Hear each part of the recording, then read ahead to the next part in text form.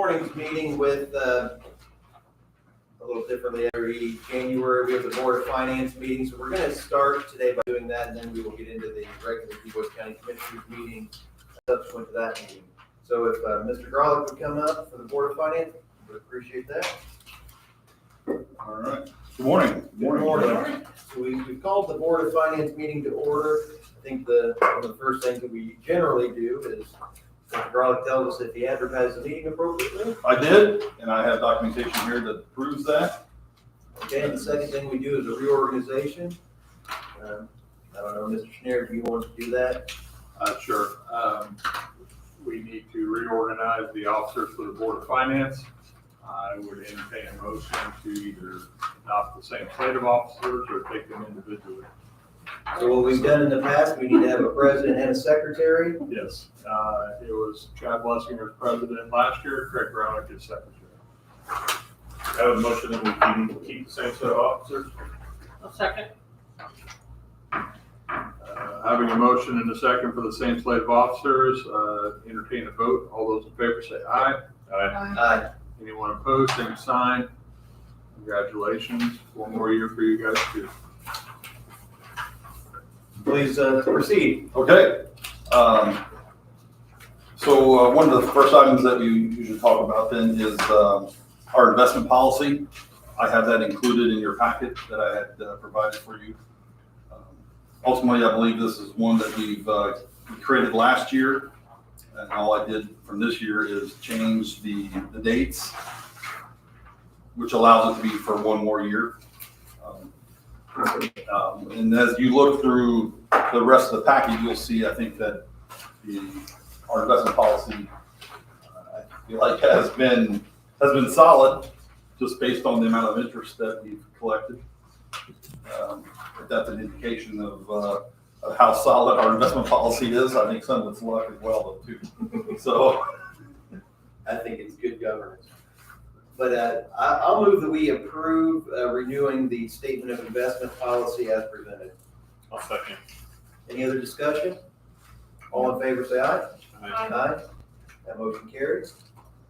So we will have that approved and attested by can the auditor attest to this, Mr. Schneider? Is that how that would work? Yes. okay. All right. And then my next item that I have is just a summary of the items that you have included in there, which is our investment holdings for year end. We've been informed that you, as Your the secretary, you secretary, would attest to those, so I'll give you that copy there. Okay. And the Board of Finance minutes are there. You have to approve those Okay. by vote. Just write your minutes and then you have a minute, she'll vote. Okay. And she'll print them on the paper. Okay. You keep this. Okay. You keep this as well. I think we go with that. Okay. You got it. I will do that. Okay. So did you want to give us the highlights of your I report? did, yes, please, thank you. So the first item is the investment holdings year end. So it really talks about the CDs that we currently have and the description. Those are who actually holds that title of the CD. Community Corrections has some, the Highway Department, and it kind of goes from the Kuhn Bridge, local road to streets, which is what Donnie has their money that's available to run the stress road, solar sources, all that is available. So, and then as you go down, the recorder's office has some money with us, the jail fund, the health department has several of them, and then we have our general money that we currently hold at Spring Valley Bank. And it's been a really good year for our rates. I believe if you look at the chart, the color chart that I have there as well, we broke it down as to a monthly, as to where we're at, monthly total, breaking it down with CDs, our money markets, our regular checking accounts. So majority of our money that we have is with Springs Valley, but we do have our normal checking with German American. And that is so our O2, which is how we fund the whole county, we call it our O2. Payroll, excise money, that's all included in there. So then at the bottom, if you'll look, you'll see, so I came in 23, and I was able to look at what interest we earned in 22 as well. So our total interest that we earned was 521,000. We'll call it 522,000 in 2022, and then in 23 we earned, we'll call it 2.4 million. In 24 we earned 2.7 million. So it's been a pretty good year. I feel like we're trending in the right direction. Looking, forecasting for next year, I think, it sounds like the rates, I know just in the last 6 weeks, rates have gone down probably a full % for us.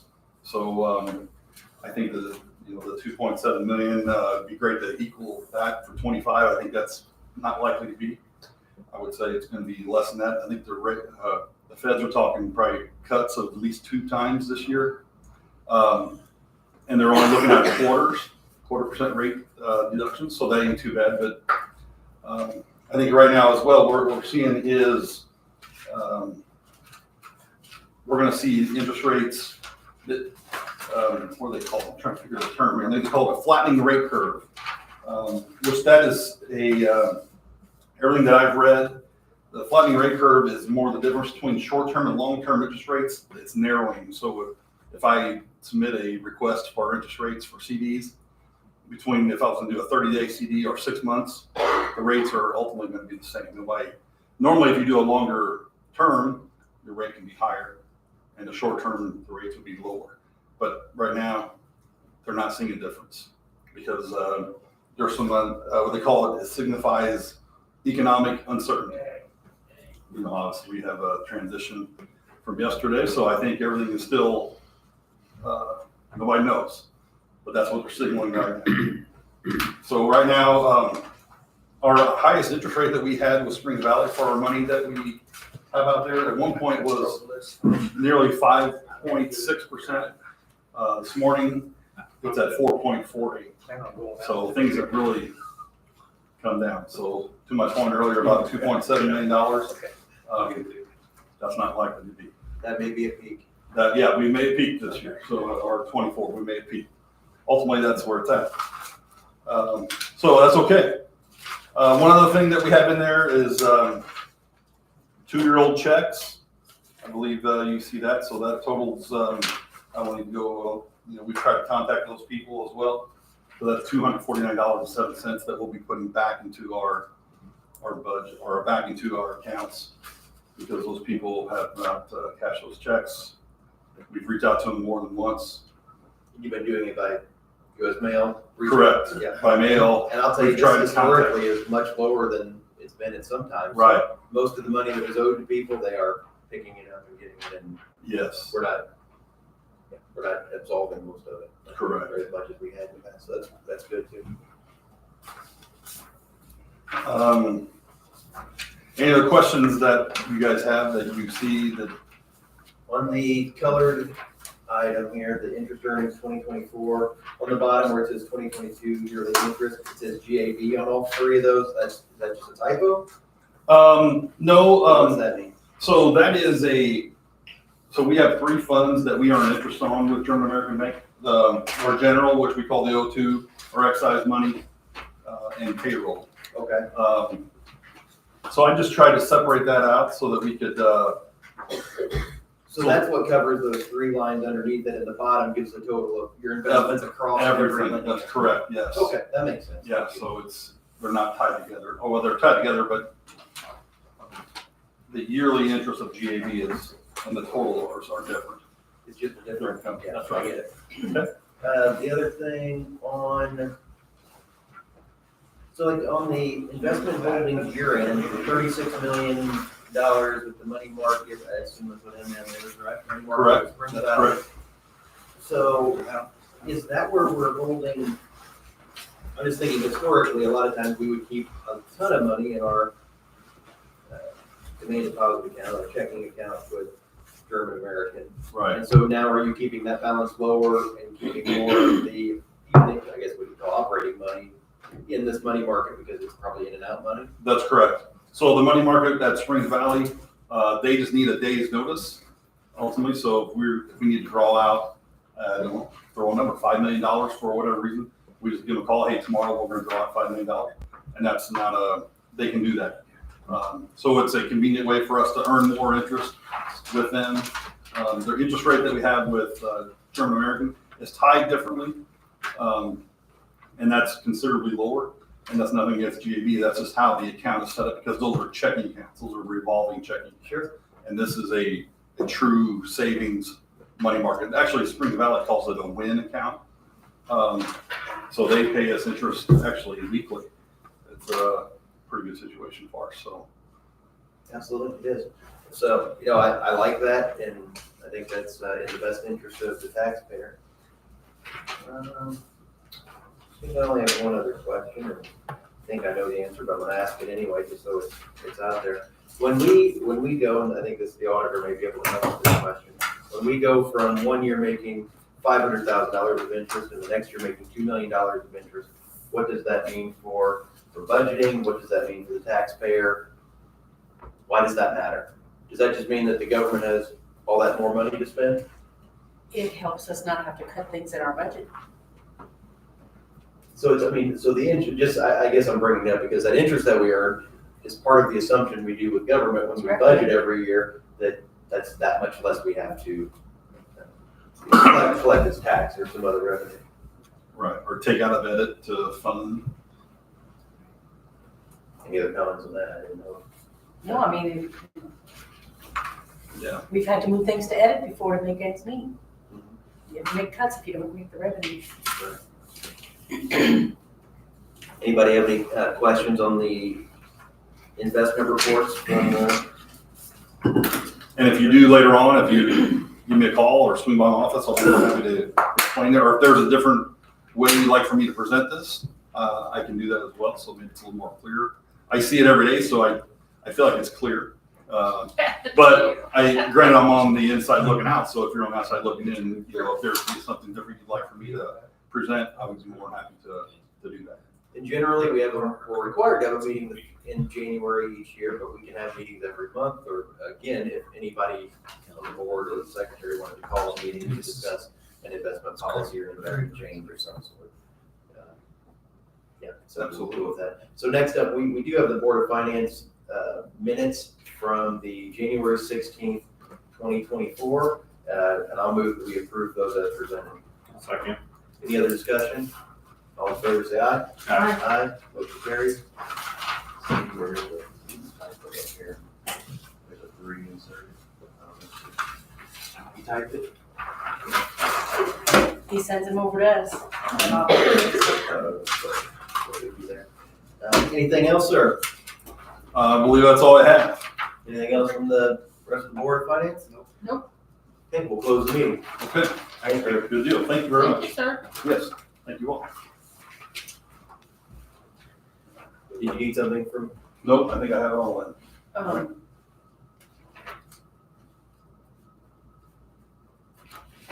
So the Board of Finance is closed. We will call to session the regular Board of Commissioners meeting. We have a quorum present. So we will do business. We're going to start the meeting with the Pledge of Allegiance for anyone who'd like to join us. I pledge allegiance to the flag Of the United States of America, and to the republic for which it stands, one nation, under God, indivisible, with liberty and justice for all. Okay, the first item that we need to get to is the owner-occupied rehabilitation bid opening. Jenny Mott is here to help with that. Good morning. Good morning, Jenny Mott, Indiana 15 Regional Planning Commission. I laid some paper out in front of you. The first paper that you have is a spreadsheet that has shown all funds that have been drawn down to date. That's portion down at the bottom. This is the spreadsheet that I sent to you. Yes. Those have been submitted to the state for reimbursement. We're looking at $78,151.87 worth of funds expended thus far. Just a quick update, Molly and her team at TriCap are working on ordering and getting some things going, so we should have some movement from them in the next few weeks. But today we are opening bids on several different homes. And just for the record again, for people that wouldn't know, the county partnered with the city of Jasper for the health program, and this is part of the revenue that we received from there of approximately $1 million was the granting portion, and then owner occupied rehabilitation was part of it, and TriCap is beneficiary for some things they're doing out there for another part of it. So at this point, the public has been served to the amount of about approximately $78,000, and there's over $600,000 more going into things such as roof repairs, HVAC, things for people's homes, to keep people in their homes. That sound accurate? That sounds absolutely perfect. Okay, thank you. And then we can proceed with bid openings. Yes, there are 2 bid packets that were submitted here for this round. And I'll go through those here. The first one is from Kelly's Heating and Cooling. They have bid form 96, and they have 3 separate checks in here, which I believe will help satisfy their bids. They have a bid for HVAC. This is for a 9311 Vernon Road address. HVAC bid is $9,500.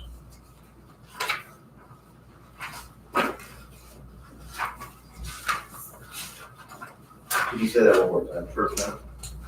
For Vernon Road Northwest address, bid amount for HVAC is $9,500.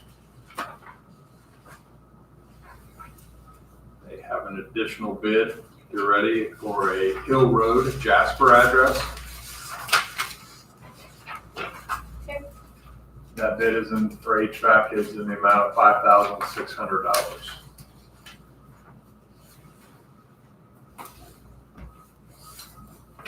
They have an additional bid, and this is for HVAC, also at a Jasper Du Bois Road address.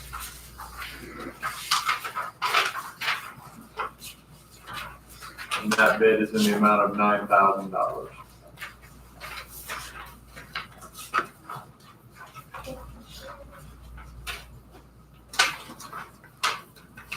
That is the 3 bids submitted for 3 separate locations by Kelly's. That was 9,000 even. 9,000 even, yes.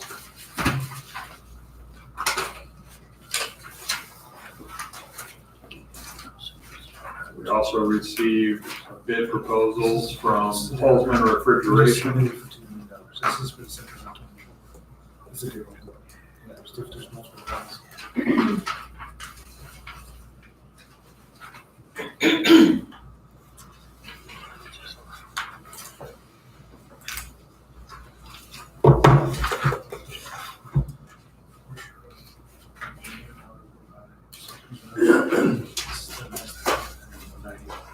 This is a bid for a State Road 145 Birdseye address.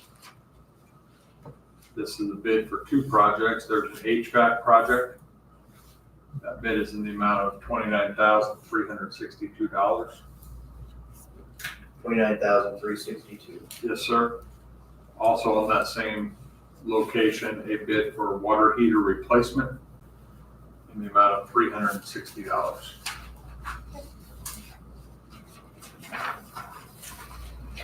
I have a bid then for the Vernon Road Northwest address, same as other bidder, same location as the other bidder.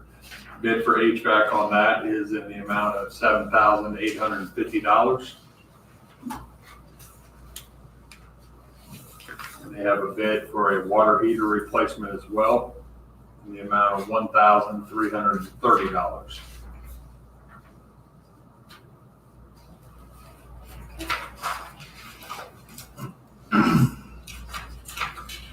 I have a bid for a West Division Road address in Jasper for HVAC. That is in the amount of $7,695. 7695.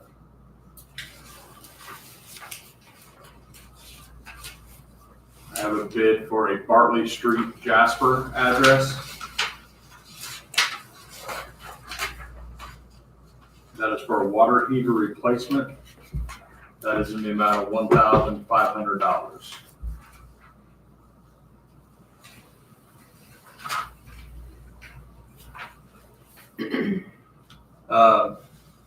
Similar property, East Jasper Du Bois Road, Jasper address for an HVAC system, $7,842.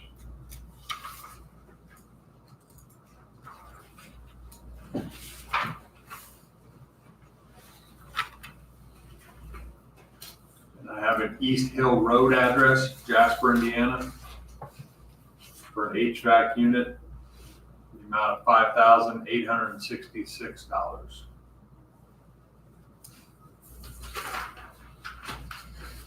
And that is the conclusion of those bids.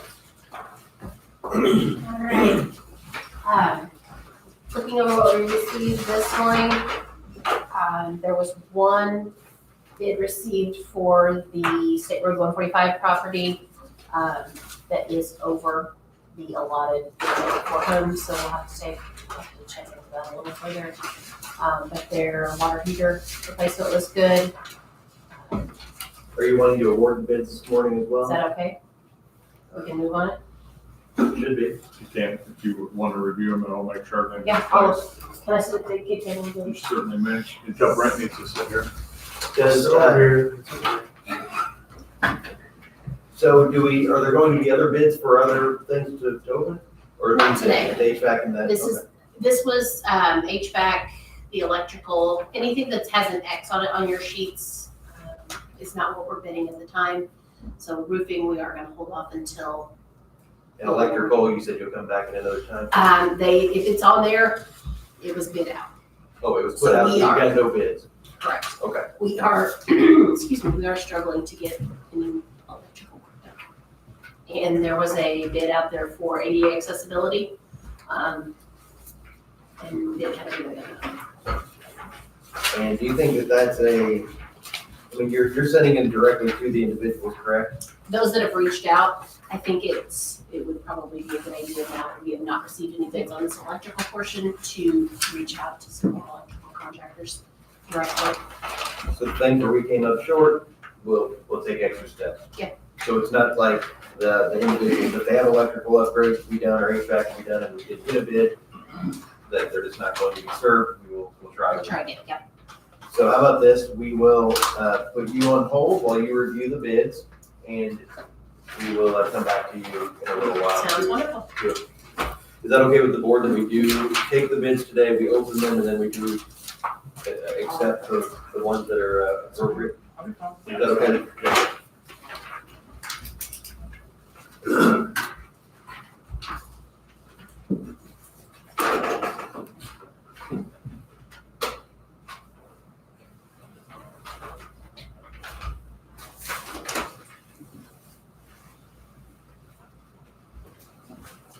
We have just a couple minutes until the time that we will open the hot mix paving bids. So we've got about 4 minutes for that, so I'll go through a couple quick miscellaneous items. Jerry Gramelsbacher, who retired from the Du Bois County Community Corrections after 14 and a half years. We gave him a gift as a group, and he sent us a nice thank you card there, so I'll pass that over for you to look at. As far as I know, the person that is taking his place is fitting in well and doing a good job so far. So that Jerry was a good asset to 14 and a half years. the community corrections, but we were lucky to get another person in who's doing a good job as well. Wow, that's wonderful. I'll give a quick update on what we did at the department head meeting we had on the 15th. And we introduced Donnie, so everybody knows who he is. There were a couple other people that were new in the room. We went over the help desk for Matrix for the employees that they can use when there's phone or computer issues. The auditor asked for some employee service records so that we can be compliant with state board of accounts. We want to make sure that anybody that's driving a county vehicle, that we get their driver's license on file for insurance purposes. We went over the handbook briefly, and HR Director Rhodes went over a PowerPoint presentation with some items, with wellness reminders and some insurance items. So it was a well-attended, good meeting, and if anybody has any questions on those, I think the auditor did send out some notes from that meeting. Do I check those out?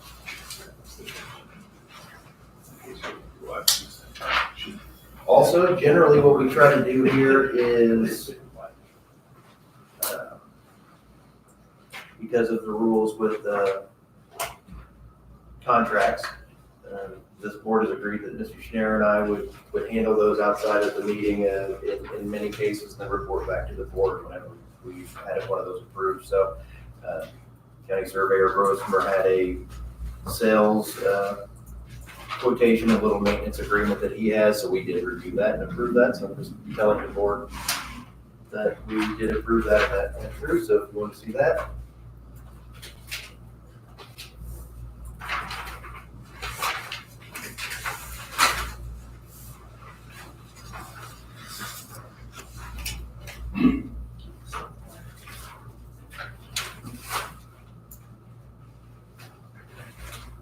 And it looks like it is now 9 o'clock, so we can begin the bid opening for community corrections, matching grant 24-2 for our hot mix paving.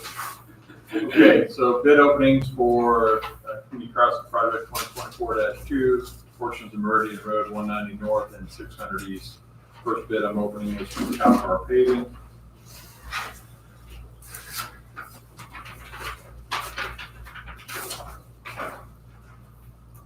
Their total base bid amount is $601,057.50. 601057.50.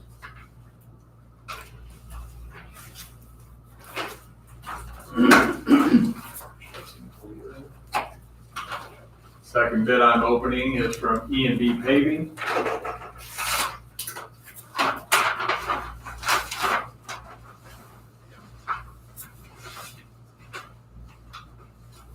Their base bid is in the amount of $592,680. 592,680.0.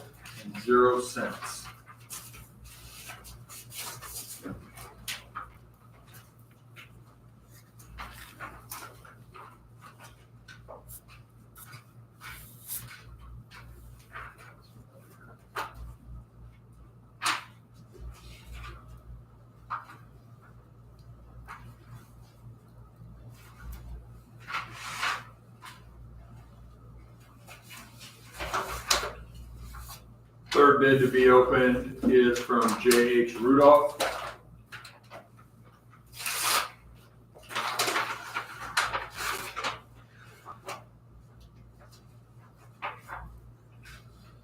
Their base bid is in the amount of $678,799.40. 678,799.4.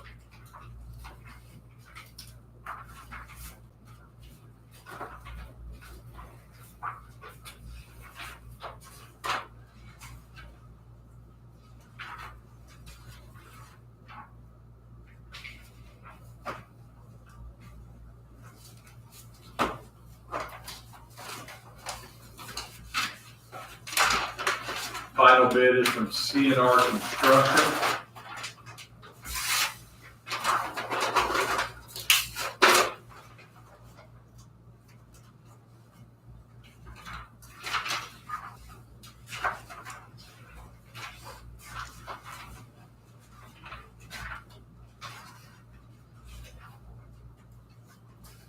Their total base bid is in the amount of $558,992. 558,992.0.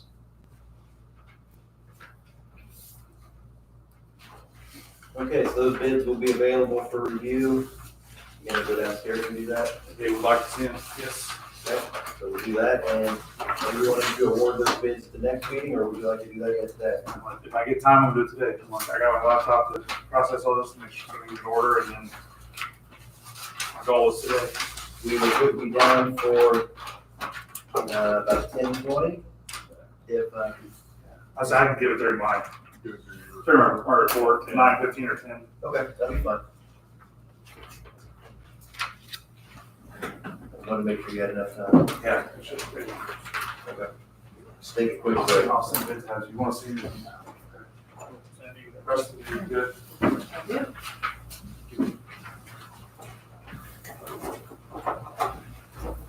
There you go.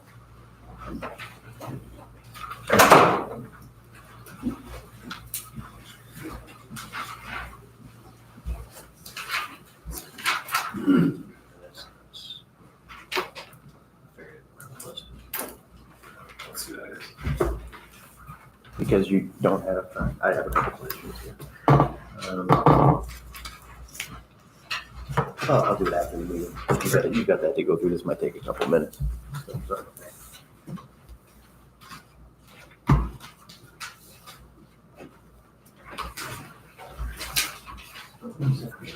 No, I send bids out like today or tomorrow, so that they don't need to go through, I'll send them to pretty quick. Anything you want,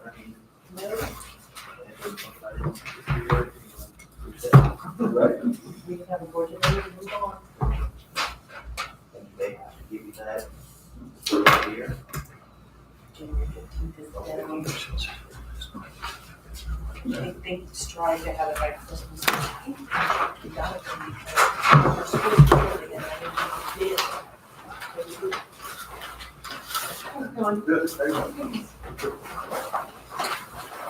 didn't do it. I just send you that. Well, I appreciate it. Again, I just, you wanted. I wanted to do it. You know, I just sometimes ask you something, because you have nothing else to do. Feel better now, thank you. You don't want to look at it. You look like I Go right to work. Yeah. No, I like having it. Because then I can open the speaker and find it later. We can use it.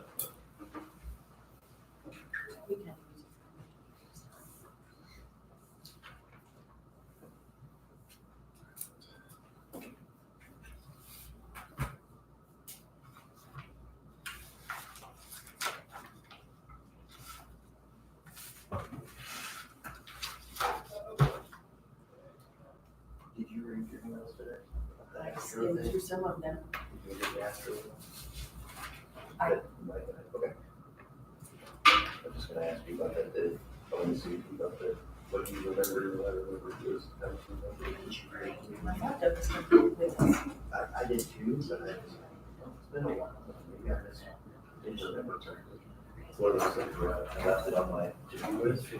I hope I didn't think I was. Yeah, I thought that was gonna be something, but. Reach back out to him. But he hasn't contacted you since that meeting. Oh.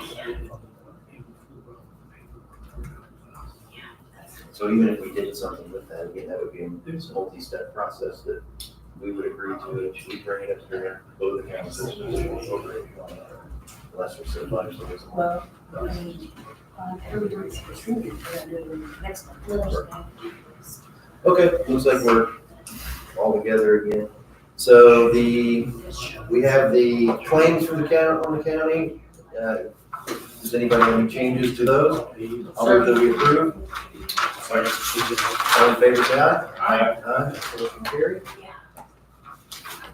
We have the clerk's monthly report. Looks like everyone has initialed that, they've reviewed it, so we'll put that in the record that we had that. We have the payroll. Anybody have any questions, changes there? No. I'll move we approve. Second. All in favor? Aye. Motion carried. And then we have our minutes from the January 8th meeting. I'll move that we approve the meeting minutes as written. I'll second. Any other discussion? All in favor, say aye. Aye. Aye. Motion carries. Okay, we have Ms. Brewer here for Purdue Extension lease agreement. Good morning. So, hot off the presses, Great. just got back from Tammy this morning. She was comfortable adding in all of those clauses we talked about, including the very last sentence. She just mirrored what was said on bullet point number 5 under SWICAC and put it at the bottom in that bolded so that it applied to everybody, that we have the ability to terminate the agreement with a 60-day notice. When appropriate, they did have to add the wording when appropriate because of the nature of what they do.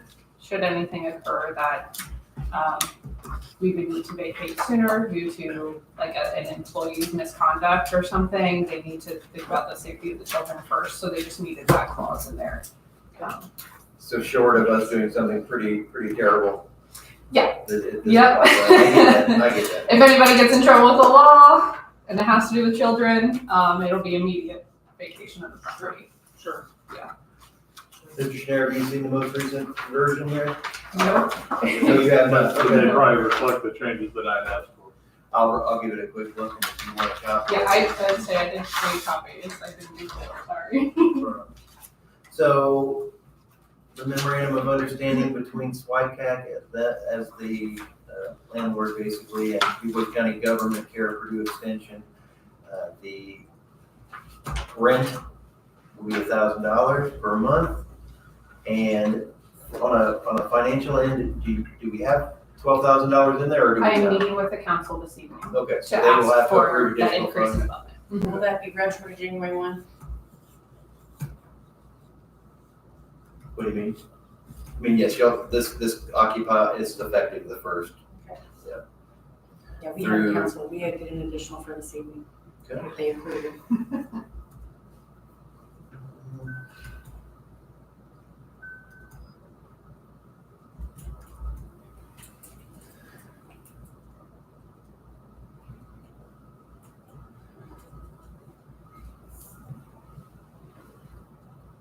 I suppose you have your liability insurance in place and they have that? That's mentioned here, or It would have come from the county. do we cover that? I'm sure we do. Okay. So it says here that we should provide proof of liability insurance to SWICAC, so can you do that, Sam? Sure, I can double check on that. I imagine that we did when we first moved into the building, but that's Diane's territory, and I honestly can't remember. It was 2 years ago. We just have to tell Yeah, Tim and how he was going over there, I'm sure we did. I'm sure we did, too, but I will also double check and make sure that that did happen. Mr. Schneider, it appears that everything that we talked about, making an update on has been here, so would you like us to look at it, or are you satisfied? I'm satisfied. Okay, I'll make a motion that we approve signing the memorandum between SWICAC and DuBois County. Second. Any other discussion? All in favor, say aye. Aye. Aye. Motion carries. And there's no place for us to sign. So I guess I'll just sign at the bottom. Did not print on there, bottom right-hand corner. It says name, organization, and title. Is that where you want us to sign? I believe so. Okay. That's where we signed last time.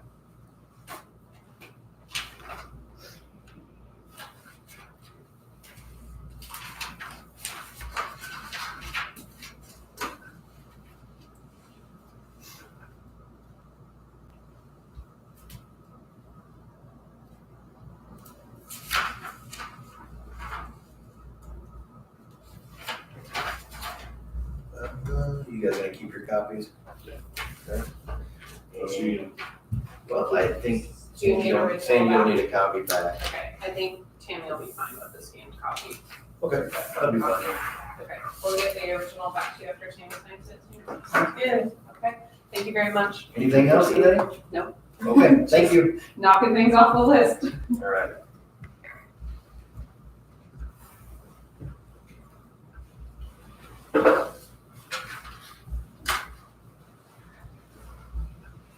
Mr. Schneider, you had an opportunity to review the public official bond thing that we discussed earlier. And by that I mean, should the board initial each of these bond documents for approval, or how would you think we should handle it? I think you could make a minute and then initial bond. I was reading that at this very moment. I'll come back to it. Thank you. In case you find something else.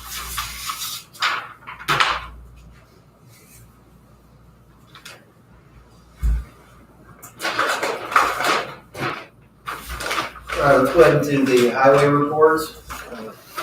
Ms. Lee? Thank you.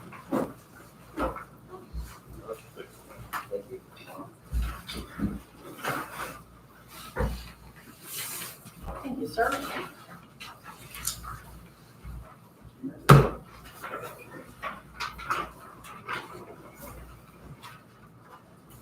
Okay, first of all, plowing and sanding roads. We had approximately 500 tons of salt before the winter season. We used 75 to 80 tons on the November 30th and December 2nd weather.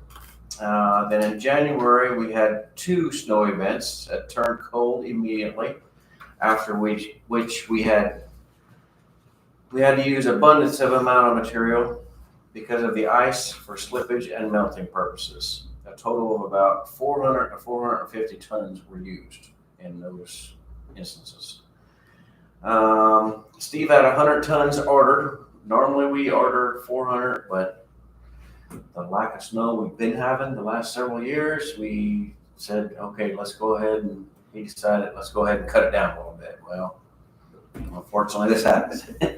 So, but out of those 100 tons, we had to take 80 tons, but we could take up to 120. So we have those 120 tons going, but in the meantime, we were still afraid, winter's not over with. We was afraid we had plenty of storage there at the county highway department. So we got a hold of somebody and they was able to get some from Indianapolis. So we're getting from 100 to 125 tons is what we'll be getting up there. We've been sending our triaxle, and the city let us use their little semi. So we ran just a triaxle up our Thursday, and then the triaxle and the city's truck Friday and today, and then hopefully we'll send just our triaxle up tomorrow with one of our guys. These are just gonna be stored? Yeah. In case we get something else? Yep, yeah, it'll be stored. I think we can store close to 500 ton. Just in our little bins there, so we should have plenty of room for it. And so if he only planned on 100 and now we're buying another 100, how did you pay for that? Or how did that work out? That was 100. That was already Budgeted? budgeted for that. I guess the budget is We have enough money in our budget Yeah. for extra salt. We have money set aside for things like this. So just emergency money when you need it, kind of. Okay. yeah. So hopefully we don't need it. Yeah, I hope not either. We all hope not. Hiring updates. We have interviews today at 4:15. Just a reminder for you, Nick. So, and that's because of the gentleman that we lost in December. Loss of time. We have one employee having a knee replacement on January 29th. That has nothing to do with workman's comp or anything.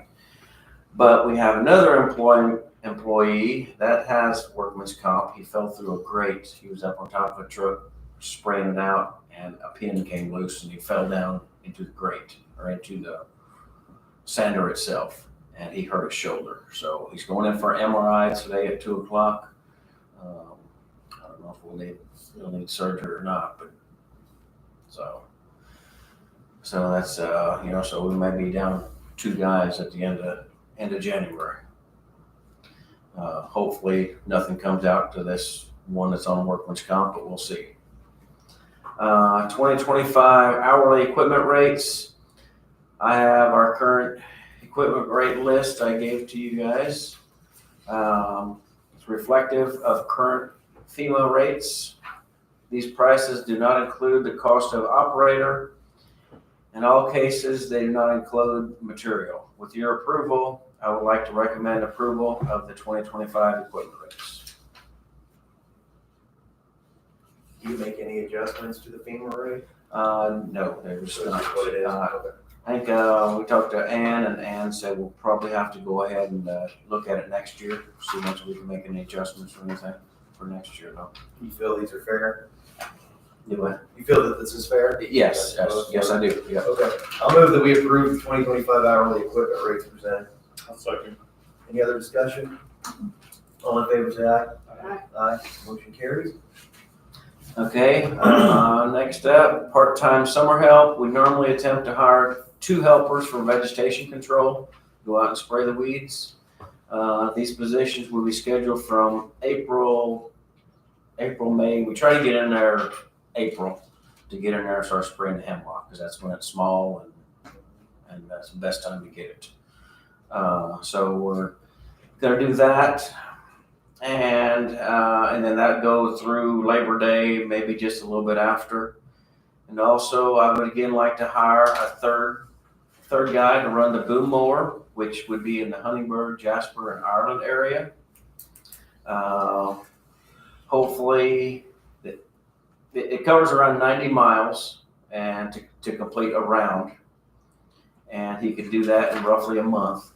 Hopefully, he would be able to make at least 4 full rounds to keep the grass and weeds looking good for the public. With your approval, I would like to get started, try to find some help for that. Is the boom mower position the same gentleman from last year? I hope so. Hopefully we can get him. Because that's different than some of these other. So the part-time job is somebody, we want to take care of that equipment, we want to have a qualified person. We're hoping to get the same guy, which he did a good job last Yeah, year. he did a good job. I think the goal, his understanding was we were gonna try to come back, but we haven't said, it hasn't been official. That was our understanding when it was. And these positions are still in place.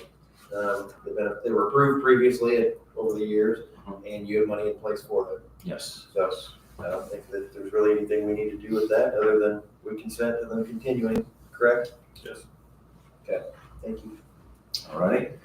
And last thing is score sheet for the gravel road conversion reevaluation. I conducted a reevaluation of proposed conversion project to update the conversion scores. The results created one change in the order, but it didn't even actually change the order, but it did change the score, so and you have the updated list, so that's all I have. Okay, so this first person, the person that has the highest score, they will be the person that would be most likely to be served next. And Yes. And when is this? When do you think That would be not this year. This year we are doing, 26. I forget what road it is, 800 west, I believe, and 700 south, I think. So that's this year, so that would be next year's. All right, no, I appreciate you bringing this in. I know this was something I think Commissioner Hospetter brought back from a Road school. situation many years ago, and I think it's a good way to do it, to keep people in line, but then to do the ones that are most critical. Yeah. So, Alright. yeah, it's good. Thank you. Anybody have any questions on that? Can we go ahead or? Yes, sir. I mean, if you want to, or if you No, want I'm to, happy to. do you want to start with the bids, or do you want to do your report? It won't take long to go back. Okay. So,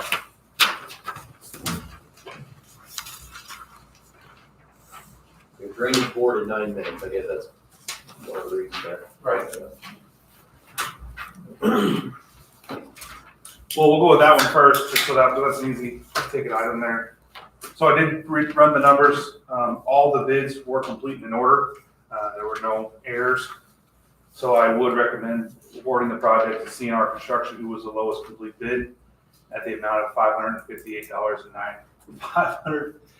That'd been awesome. $558,992. So. I'll agree with the recommendation. Anybody have any comments or concerns with that? No, I agree. We've worked with them before. We haven't had any Correct. issues. They've been very pleasant to work with. I'll make a motion that we approve the low bid for the the hot mix paving that we opened earlier. That's like, For CNR. Pardon me? Who was it again? CNR construction.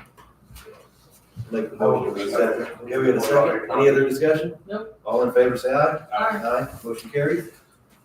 Okay, so back in, this is a long time ago, I know, back in 23, this is back when Steve was having his problems, he received an email from residents of Valley View Estates in Celestine. They are requesting to get their road paved. He said he was gonna take care of this, and he obviously had a lot of problems with his knee, and he was off work, and it kind of fell into cracks. They called, to ask about it, and it's like, oh, shoot, okay, let's get this looked at. So what it is they are requesting paving Schrader Lane and Otmer Drive in Celestine, which is right across from the gas plant. It's currently a chip seal road, and they would like to see it upgraded to an asphalt paved road. Again, this is completely your guys' call. If you guys wish to do it, we can do it. It's a petition from the residents of that subdivision. From a financial side, it wouldn't strap us, but it would be a financial burden that we'd have to take on trying to pave that road, which is currently a chip seal, hard surface It is road. chip seal now, all of it. Correct. How long was that put down? Do you have any idea? No, I don't off the top of my head. It's Do you maintenance it every year or? not every year. We did Okay. something 2 years ago. We went down the hill and I know we went to the north. Yeah. I cannot remember if we did it to the south or not. So Are they having issues with the chip and seal? they just want to see black pavement. That's it. I mean, there's no big holes that we need Not to that I know. repair or anything in the chip and No, seal? No. No, they just, I really feel like we addressed this one before. Okay, we may have. I I don't know. don't remember that, but How about you? So we don't make it a boneheaded error. And by it shouldn't be a saying something knee-jerk that- reaction. This is something just for you guys to plant. Maybe just search the minutes. Is that what you were gonna? I did, and I didn't see anything, but it doesn't mean I didn't miss them. I could have went sooner or later. I'll go back further. Because I'm with you, I think we made a Okay, decision and of we one could type have. or another. Yeah. So maybe that could be either in his notes that he presents I will. us or in our minutes. I'll go back through and research them all.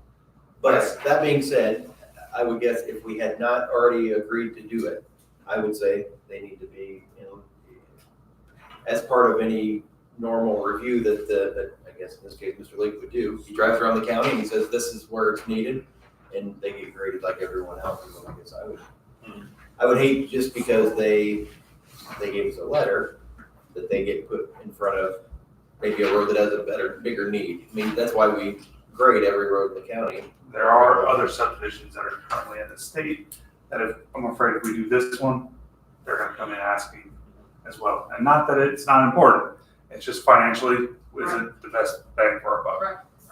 I mean, if money's not an object, I want it paid for. I want Right. every road paved, but I want to be fair to every citizen.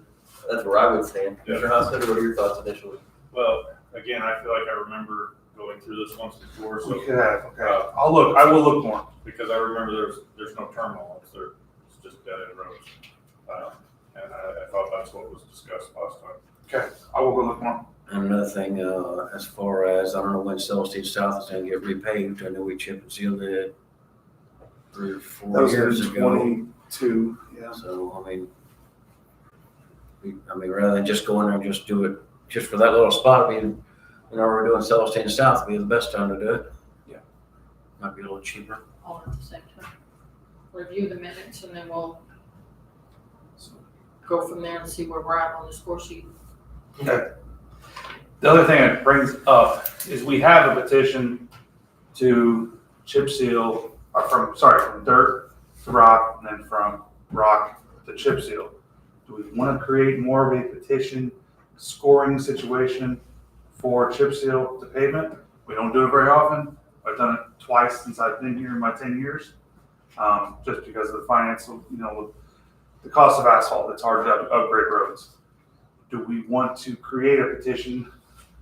Do we want to just take this as needed? Like I said, it's happened twice in 10 years I've been here. Don't think would be a bad idea to create, the kind of scoring situation. But unlike the other one, we're not gonna do one a year. That's So- correct. It's still at Just because you're petitioning doesn't mean you're gonna get it, even if you're the only one. Right. You might thought. I agree with you 1,000%. I just, But it's always nice to have some way to quantify, you know, why we said no. Or Or why we said decided to say yes, yeah, Yeah. that somebody went out and we reviewed the score. Right, right. okay. Let me get started on creating some kind of budgetary, or score sheet. Yeah. So. Okay, and the last thing, is I brought it up a few times, I finally got the contract in order, is for the rehabilitation of the bridge 78, in the amount of $93,000. The contract price itself does not change, but we did add the terms and agreements of our new ordinance. Has, Mr. Tanner reviewed? Yes, sir. You satisfied to the legality of this document? I think we've talked about this multiple times. I'm fine with signing. Anybody else have an issue? All good with it? Can you please sign 2 copies of that? So we've got a short form of agreement between owner and engineer for professional services between DuBois County. It says Highway Department for DuBois County as a unit and the American Structure Point as the engineer for engineering services for DuBois Bridge number 78. I'll move that we approve signing the agreement. I'm second. All in favor, say aye. Aye. Aye. The motion carries. To tell you the truth, you just sign off there and I'll be able to stand you right away. That was just.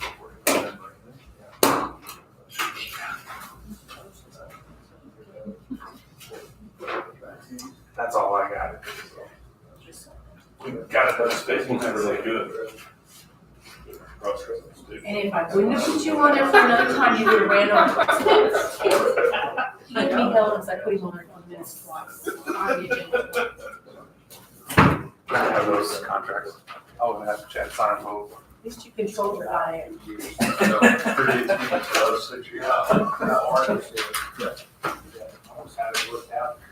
So you do think we should talk about that now? Okay. I'm thinking in my term, they're making the minutes searchable. So. I think Delmer was on the board at the time.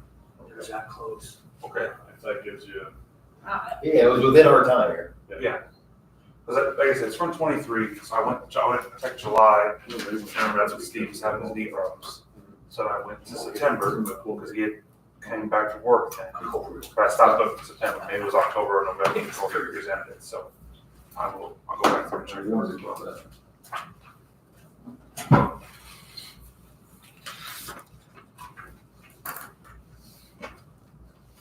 You gotta send me the bid. Yes, sir. I'll make copies of it for you right now.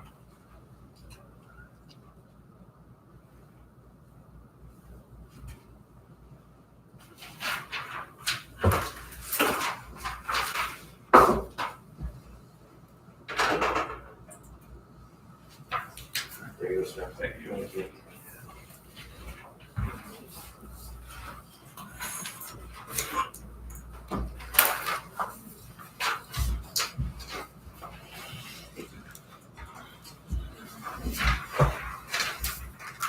Recess the meeting. Pardon me? Recess the meeting.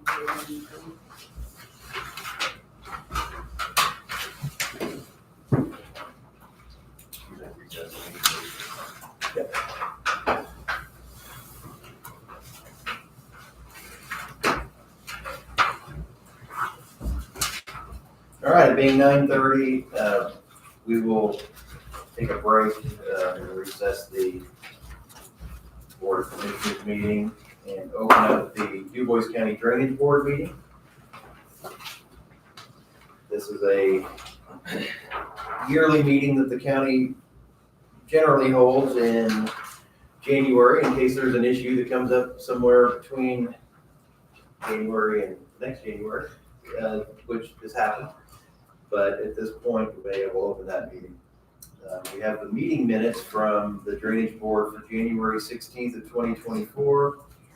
The board members were the Board of Commissioners that are present and County Surveyor Kenneth Grossman, and the auditor and the county attorney were all there as well. And I'll move that we approve those meeting minutes. second. Any other discussion? All in favor, say aye. Okay, so we'll let the surveyor say if there's any drainage board issues or anything to report for this meeting. Just your typical, calls from engineering firms or solar park people, if they cross a ditch or replace a pipe. If it is a legal drain, they wanna know, and I looked that up and answered their questions, but no issues. Just more questions if that ditch is a legal ditch. And how many legal ditches again do we have in New Boy County? 10? And so people will call and say, is this a legal ditch? Because they will have to be treated differently than another. Well, not so much in our particular case, but other counties, would have to do certain things, maybe attend a meeting or prove how they're gonna, repair the banks or, if it's an active drainage board, a lot of times they'd have to go to that and get permission. But in our case, where our ditches are, it's very rare that there is one, along a state highway or even a local road. There's just not that many. So a lot of times, gas line crosses a couple, the ones that, and they call and they're gonna work on their gas line, and so we just repair the banks properly the way you're supposed to and go for it. So, Generally, we would go by what the state has already put in place for the repair and maintenance of. yeah, you got the, DNR and INAD, whatever, your erosion control stuff. And I said, just follow the rules and you don't need to attend a meeting. Just maintenance on their utilities. Same way with pipes, if there is one that buried. Maybe we have one over in Huntingburg, Shark Creek, which would be impacted, with the bypass at some point. So. You're saying if the mid-states corridor would go through? The other corridor. Yeah. So if that goes through, there's been some questions on that, and then the solar park, they're pretty close to that. I think there was a new overhead power line that went in a few years back, and they wanted to put a tower like on the ditch bank. I said, no. It's gotta stay 75 feet from the top of the bank, both ways, Okay. with anything. For an excavator getting to clean that ditch, if they have to clean it. So they kind of grumbled a little bit, and I said, no, so I didn't run it through you guys, I just stayed, that's the law, I mean, that's the way it is. Right, you didn't make a judgment call, you showed them the. Yeah, instead of coming in here and bringing it to the drainage board, now if they wanted a variance or something, you guys would have had to rule on that. But you got a big excavator coming through there working on the ditch, and you got a tower right there. Or a power line? Yeah, it was an What overhead kind of- power line south of Do Huntingburg. they bury those anymore? Not those big ones. Not the big Yeah, ones? It's huge. What? The Remember big that? ones they can't. I think there's too much going Okay, through there. Yeah. I didn't know. Yeah, these are the ones that look like monsters, right? No, these are monsters. I didn't know if there was any, It's pretty new. I don't know if you know when that went in. It's 3 years ago, 2 years More than ago. that, but yeah, 5 years ago. Yeah. So worked with the surveying firm, and then they called later when they were designing the towers. Instead of running it through the drainage board, it's just a simple question. But sure, that's kind of what I've been doing. If you guys out of it, they don't like it, then we'll set up a meeting. sure. Agree. Right, and again, you're not making rules up as you No, go, you're saying, no. here's what the rule is. Yeah, 75 feet, 75 feet. True. Towers outside of that. Okay. What it is what it is, Yeah, right? that's right. And again, if there's anybody from the public, this board, our duty isn't to every ditch and drain in the whole county. It's for these 10 specific legal ditches. Yeah. So, Yeah, so no, it's been good, and, it's nice that they call, check on it. Mhm. If we have an active board, follow certain rules, and we don't, just do the right job, follow what we're supposed to do. They say call and ask. Yeah. Right? Yeah, that's right. So, no, it's been quiet and been good, and just a few calls like that. So, Good. Anybody have any other business for the No. drainage board? Great. Do we reorganize each year? We don't have that in the minutes from Well, last but year. there was a meeting on January 2nd that I don't have, so we probably did. Oh, that's right, reorganize. last year we had a second meeting. Yeah, but One of my the meetings, January 2nd meeting would have reorganized, that meeting we approved January 2nd. We just approved minutes is all we did on this meeting. So I think, yeah, you do need to. Mr. Nair, do you know what positions we have available? Is it just the president and President, vice secretary? president, and member is what it says. President and vice president? That's what's on here. Okay, so I'll move that we, just for the record here, we keep the same slate that we had last year with myself being the president of the drainage board and Commissioner Stetsonagel being the vice president. I'll say, Any other nominations? All right, we'll close the nominations. All in favor of this slate, say aye. Aye. Aye. Motion carries. So I think that's all the business for this board, so we'll close that meeting. The next meeting would probably be the first meeting in January on January 5th, 2026. See you then. I see you. Don't call me up. That's right. Thanks. Thank you. All right. So we have about 5 minutes until the drug-free community update members speak. Do you wanna, Yes. So come on up. So we're gonna look at the owner-occupied rehabilitation bids and consider them for acceptance. again, Jenny Modice, Anita 15. The first one was the State Road 145 property. That bid was over. What was the nature of that work? Is it a complete redo? Is that how it cost so much? I believe the home is being kind of built as they go, I see. and there's not a lot of things that are in the home at this point in time. Yes. So I think that they have a small heating system, but it's not adequately servicing the home, and so they were gonna install a mini split to kind of heat and cool all parts of the home, which also they did not have proper electric to install that. So I know when I talked with Levi, that quote did include electric work. Everything it would take to make it To make it work, yeah. functional. So we'll have to deny that bid.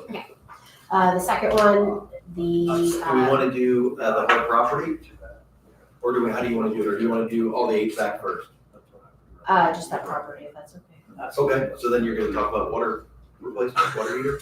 There was no water, the water heater replacement on that one is just a new PET valve. So that if it's acceptable, we can go ahead and, accept that bid from Holzman's for $360. I mean, if it's a needed and acceptable thing, I think we should move forward with that one. Does the board feel the same way? Okay, so how about this? We'll go through the whole thing and we will just verbalize what we are approving, and then at the end we'll make one Works for me. group approval. So in this case, for the first property, $360 for a water heater, PET valve drain line. Second property, the Virgin Road Northwest property. It appears that Holzman was the low bidder for the HVAC and the sole bidder for water heater replacement. They have a total of $9,180 for that property. That appears acceptable. Next property, no bids received. The Bartley Street property, $1,500 was the sole bidder for Holzman. To remove and replace a water heater with the gas water heater of comparable capacity. So that seems like that's allowable. Okay, next one was the Jasper DuBois Road property. Holzman was the low bidder on that to replace the gas furnace and replace the AC unit as well. That seems in order. The Hill Road property, Kelly's was the apparent low bidder on that one. Okay. For a new HVAC unit for that home. And you believe every one of these that we talked about, it seems like it appeared to be in order. These are all Yes. big bids. So All the bids, Kelly's everyone, being the low bidder there. yeah, Kelly's and Holzman's have actually done the first round of HVACs and water heat replacements for this project. And the work has been satisfactory. Yes. And the Division Road property, Holzman's was the sole bidder on the HVAC for that home. Again, it seems like it's in order, it's within the cost estimate, so. And the everybody okay with that? last two homes, there were no bids received. All right, well, I'll make a motion that all of the bids that as we've gone through these, that we've said are acceptable, I will make a motion that we accept all of those and allow that work to proceed. I'll second. Any other discussion on that? No. Anything else from?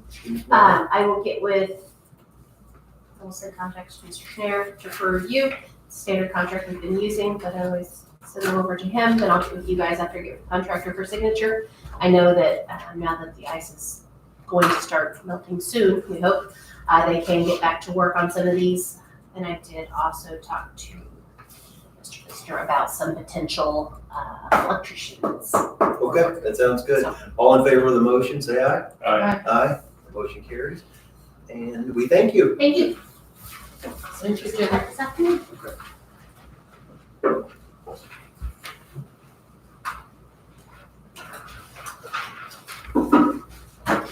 It's 9:45. We'll have the ARC members come up with the drug-free community update. Good morning. Tell everybody what ARC is again. Good morning. Substance Abuse Council. Us old people can't get that rebranding in their mind. I still call it Du Bois County Substance Abuse Council. Is what it has been for 30-some years. It's now the Advocacy for Recovery and Prevention Council. Got So there's rebranding done this year. Advocacy, I can't get in my head. Advocacy for Recovery and Prevention Council. So I'm Jennifer Lampert, Chief Probation Officer here in Du Bois County. I am also the current treasurer for ARC, Du Bois County ARC. Terry Tanner, rest in peace. We lost him last year. He's done a great job for many, many years, and we sure do miss him. So I'm trying to fill his shoes as being the current treasurer. So we're here today. This is April Jones. She is our coordinator. And then Joe Crutchfield, he's one of our representatives, current members that also came today to help support us. And we want to talk about what we've been up to for the last year and what 2025 may look like. So the monies that we currently have available to fund out or grant out in 2025 is $49,699.01. And we will divide that by 4 categories again, just like we've done in the past. Prevention education is a category, treatment intervention, criminal justice services, and then discretionary. So those monies get divided equally. There's a penny off in one. One has 1 penny more, and then one ends in 75 cents. So $12,424.76 in each category, $12,424.75 in the other category. So there's more funds there this year than there was last year? There is a little Just bit slightly. more. Yeah, we had a couple people that returned their grants that weren't able to use them, so those got added back in. And then discretionary, we had some funds left that we were able to move over. So yeah, there's a little bit more money last year. So in September, we grant out these funds to individuals or entities. Chad's been part of the group that have come to us and asked for funding. So last year, I think we had funding requests. Double the amount that we did the previous year. Almost double the amount of The what year we had before was available. 14, and this year we had 27 requests. And the monies was about double what we had available to grant out. So word is getting out. They're doing a great job. I'll let April give an update as to what has been happening over the past year, which has been a lot for this group. In 2024, the Du Bois County Advocacy for Recovery and Prevention Council, formerly the Du Bois County Substance Abuse Council, took significant strides in strengthening our mission to combat substance misuse and promote recovery in our community. The renaming of our council was to better reflect our commitment to both advocacy and prevention, aligning with our growing role in funding and education. Major initiatives in community engagement we did this year was the first annual Live to Rise Fun Run for Recovery. This event was tremendously successful, even though there was a literal hurricane the day that we held our event. It was that weekend, yeah. bringing together the community to support recovery efforts. We raised $767.90 for Sober Duco, which is a free CrossFit gym here for sober individuals, providing a healthy outlet for those in recovery.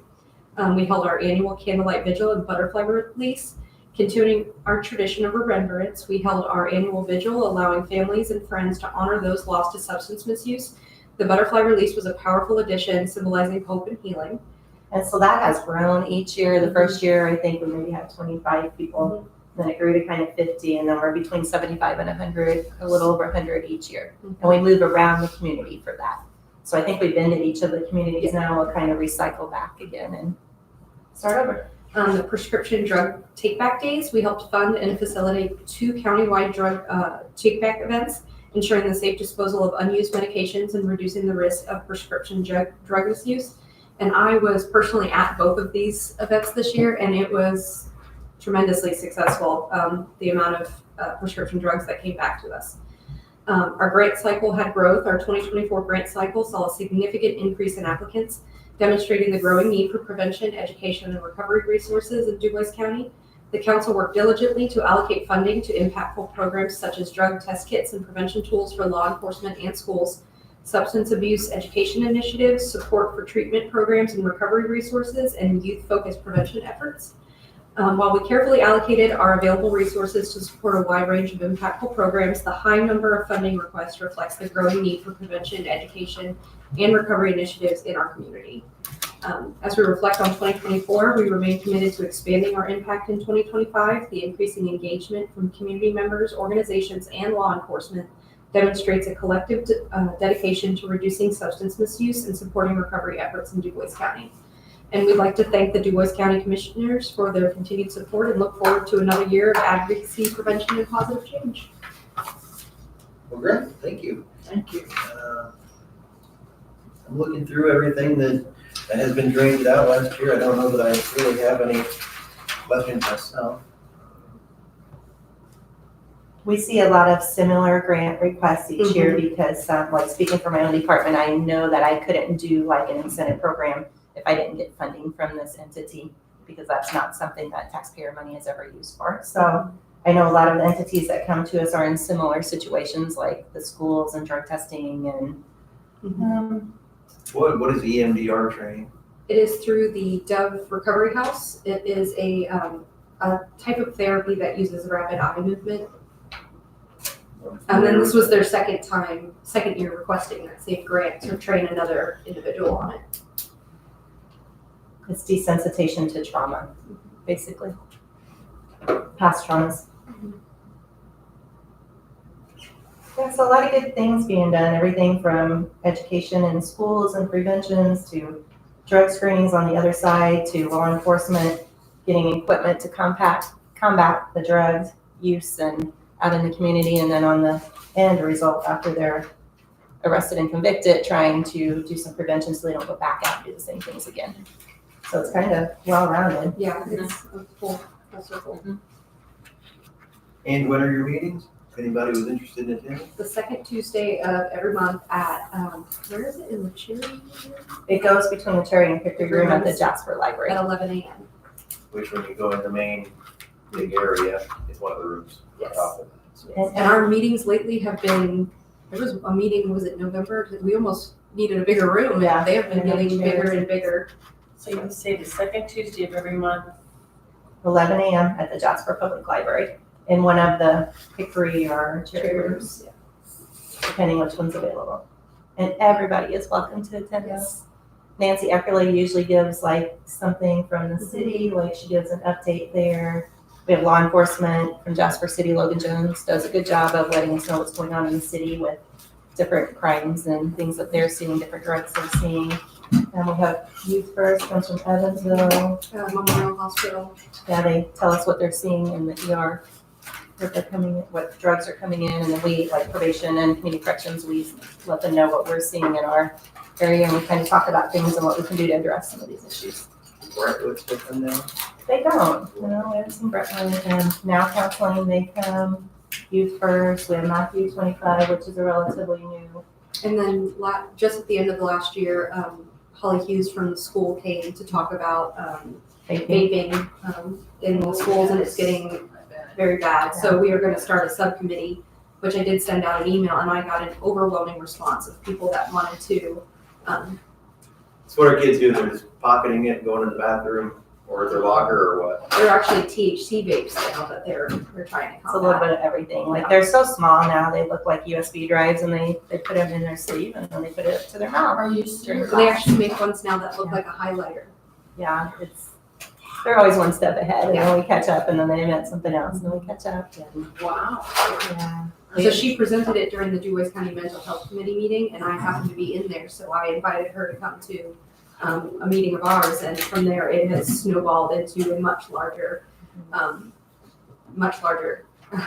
subcommittee. I have no idea what they carry, what It's those- crazy, yeah. I would be shocked. And they look like pens too is the newest thing. There's a little cartridge in it. It just looks like a pen. Goodness. Yeah.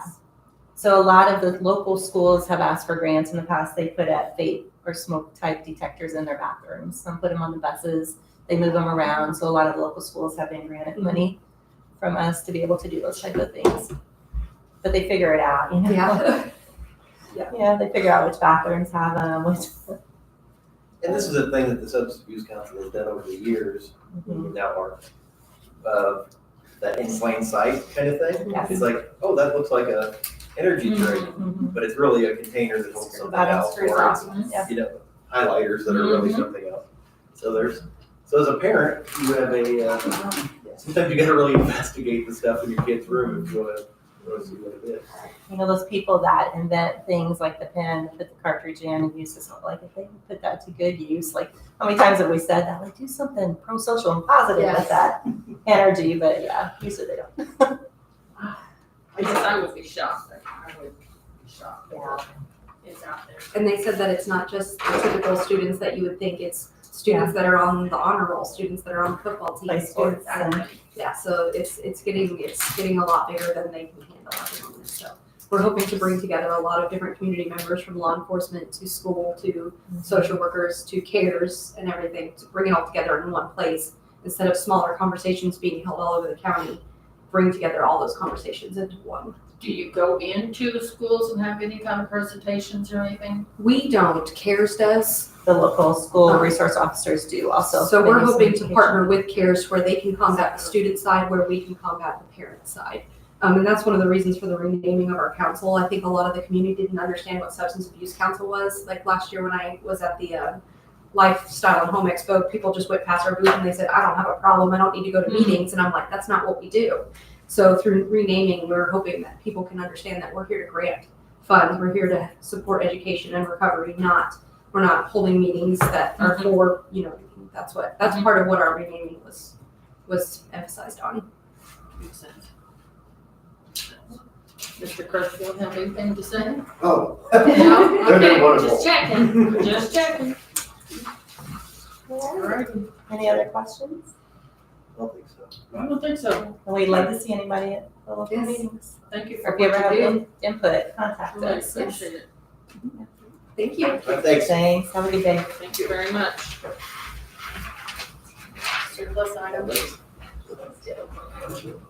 Sure, let's talk about surplus items. Working through inventory, Mel found 2 speakers that don't work. They're not up there anymore, they're being removed, and he'd like to have them removed from his inventory. So the security at the courthouse has their own inventory? Yes. I wasn't, I thought it'd be under the sheriff or something. No. Yeah, I'm fine with that. We have 2 speakers that are unused and unneeded, unworking. I move that we declare those surplus to be taken off of the inventory. All in favor? Aye. Motion carried.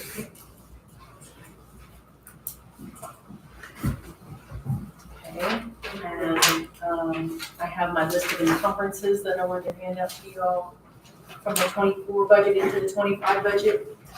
And an encumbrance means we had it approved for last year, we didn't spend it, and we want to roll it over to this year. Well, there's an invoice or a contract or something that carries it forward. So we can pay for it in this year's budget using last year's money. Is there anything in here that you think stands out that we need to, To be honest with you, Brenda compiled it, I did not review the list. But people, all departments turn in their stuff too, so. So we have Denton, White Stallion on here. This is if we had. There must be a contract. Or Mr. Schneider wanted to ask them questions for the bankruptcy and things? We did, we asked them, we were on a phone call with them at the end of last year, and I presumed that there would be an invoice forthcoming from that. And I know we budget on an annual basis, so I had asked that that get re-encumbered. We That is made the right word. Okay, then we have a few dollars on here for, I would assume, the first item is being for that scanning that was done. With some caps. That was to pay him out for the end of the year. Right. Because he worked till December, whatever. That was paid in 2025.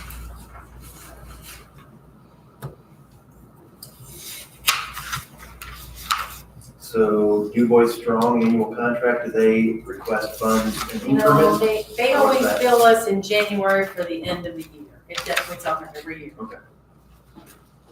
Safe Streets for All. We got an That's outstanding his bill for bill. that. Yeah.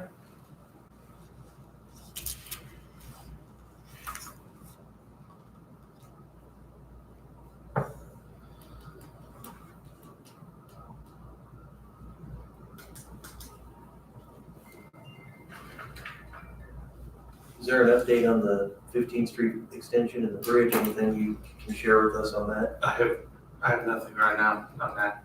Do we think that the bridge will be built in 2015? I mean, 2025? No, it'll be 26 or maybe 27. So the money that's in here that we're rolling over, we look. For the design. Design, that's the That's the design. design. So the design will be done this year possibly? I would think so.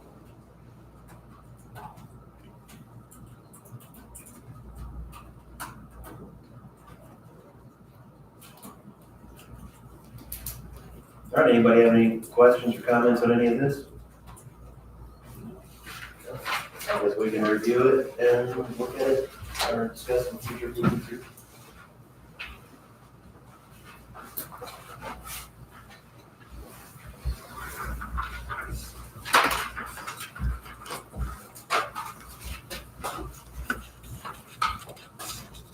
All right. Do you have anything else? That's all I have. Mr. Schneider, do you have anything? I could assist you in the bonds. Sure, let's talk about that. Getting those approved. So the officials that have prepared and provided bonds, the county executive body, we need to approve those. I believe the best form of that would be to write on the bond itself, approve the date and a signature by Commissioner Blessinger as the president. And then we reflect that in our minutes also. Let's say those have already been reported. Because I didn't know there was supposed to, I mean, we've never bought it. Right, I know we haven't, it's just something that was discovered, so we can at least make a minute record that that's the case, and then maybe in subsequent years we'll write on them and then record them after. I understand. It's not something we've done before. So, Mr. Schneider or Auditor Morton, have you, so each of these amounts, whenever a person gets bonded, there's a minimum amount, there's a maximum amount between what, $8,000 and $300,000. And did you verify the amount? I think it's by statute how much you have to have for each office. It is by statute, it's lengthy. But yes, Indiana Code 5-4-1-18. Bonding agent. Correct, I would presume that the bonding agent is aware of those requirements and minimums and maximums. I'll hand these over if you want to see what they look like, because we're gonna have to take a motion to approve these. So there are, I don't remember if there's 6 or 7 offices that need to be bonded and that we by statute have to approve. And we have all but one, so we're still waiting for one office, and hopefully we'll have that for the next meeting if things go well. So do you guys have to do the trustees too, or just, because I don't get all of those. I don't believe it says that we do the I trustees. just do the 7 or 8.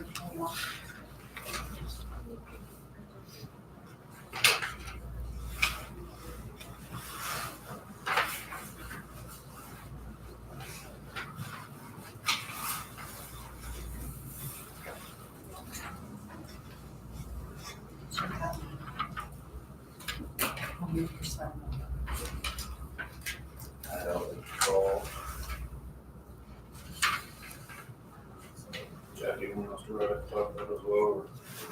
I think Mr. Schneer said if we probably just approve it as a board and I'll I sign it. would, yeah.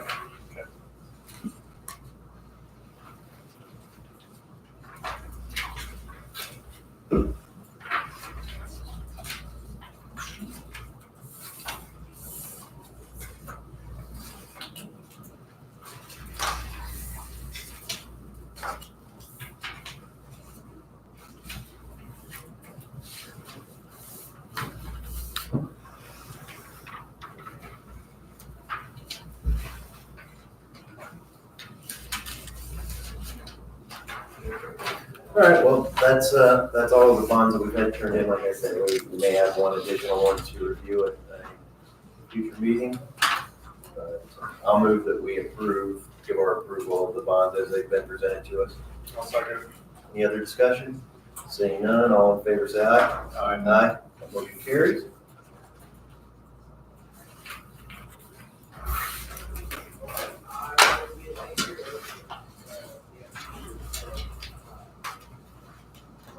All right, thank you. Anything else, Mr. Schneer? I do not know.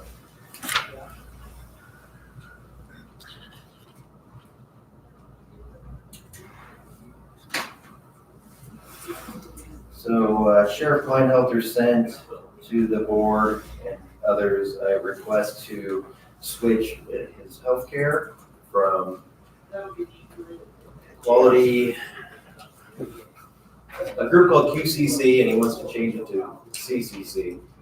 We've had the opportunity as a board to review the different agreements.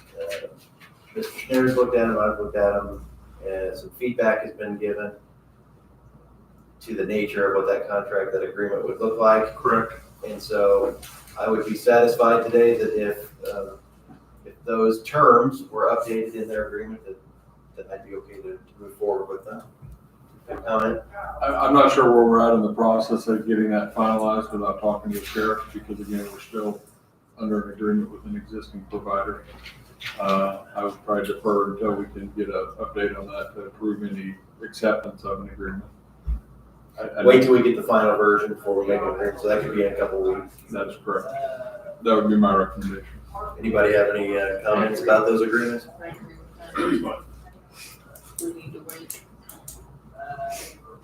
You have any problems with them as they're written? Okay, so we'll bring that up next time if. I'll follow up with the sheriff, Okay. see where he's at. And if it does need to be put on the agenda, you'll contact the auditor? Yeah. Thank you.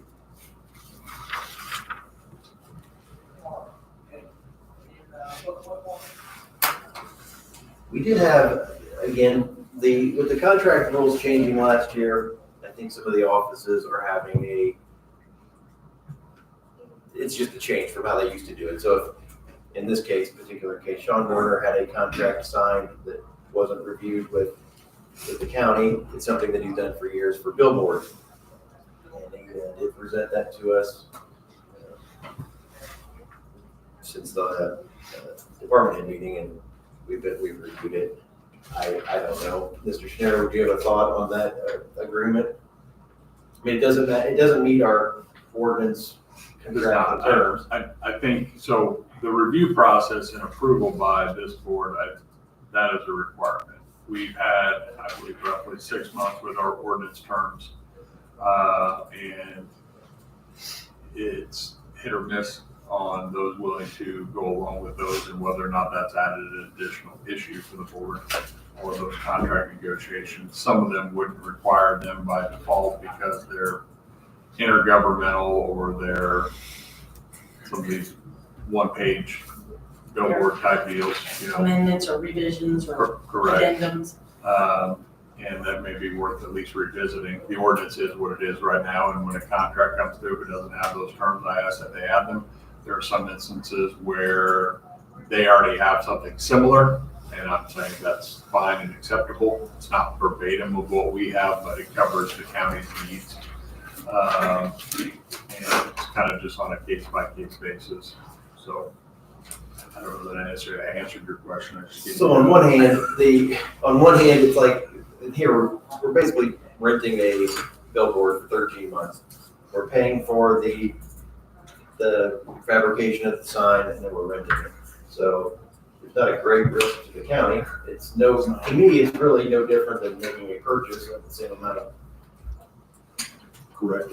So it has very little risk to the county, but we probably still should, every one of these should still come. I think it should still come through at a minimum and say, yes, this is fine and acceptable. As far as whether those would all require those additional terms, I think those are case by case basis personally. Our additional terms would have probably quadrupled the length of that billboard contract. Right, it was a one page thing. Yeah. Well, front and back. I could have changed the font, maybe only doubled it, but. Right. So again, just wanted to keep the board up to date, that we will remind people again to continue to turn in all of their contracts, anything that.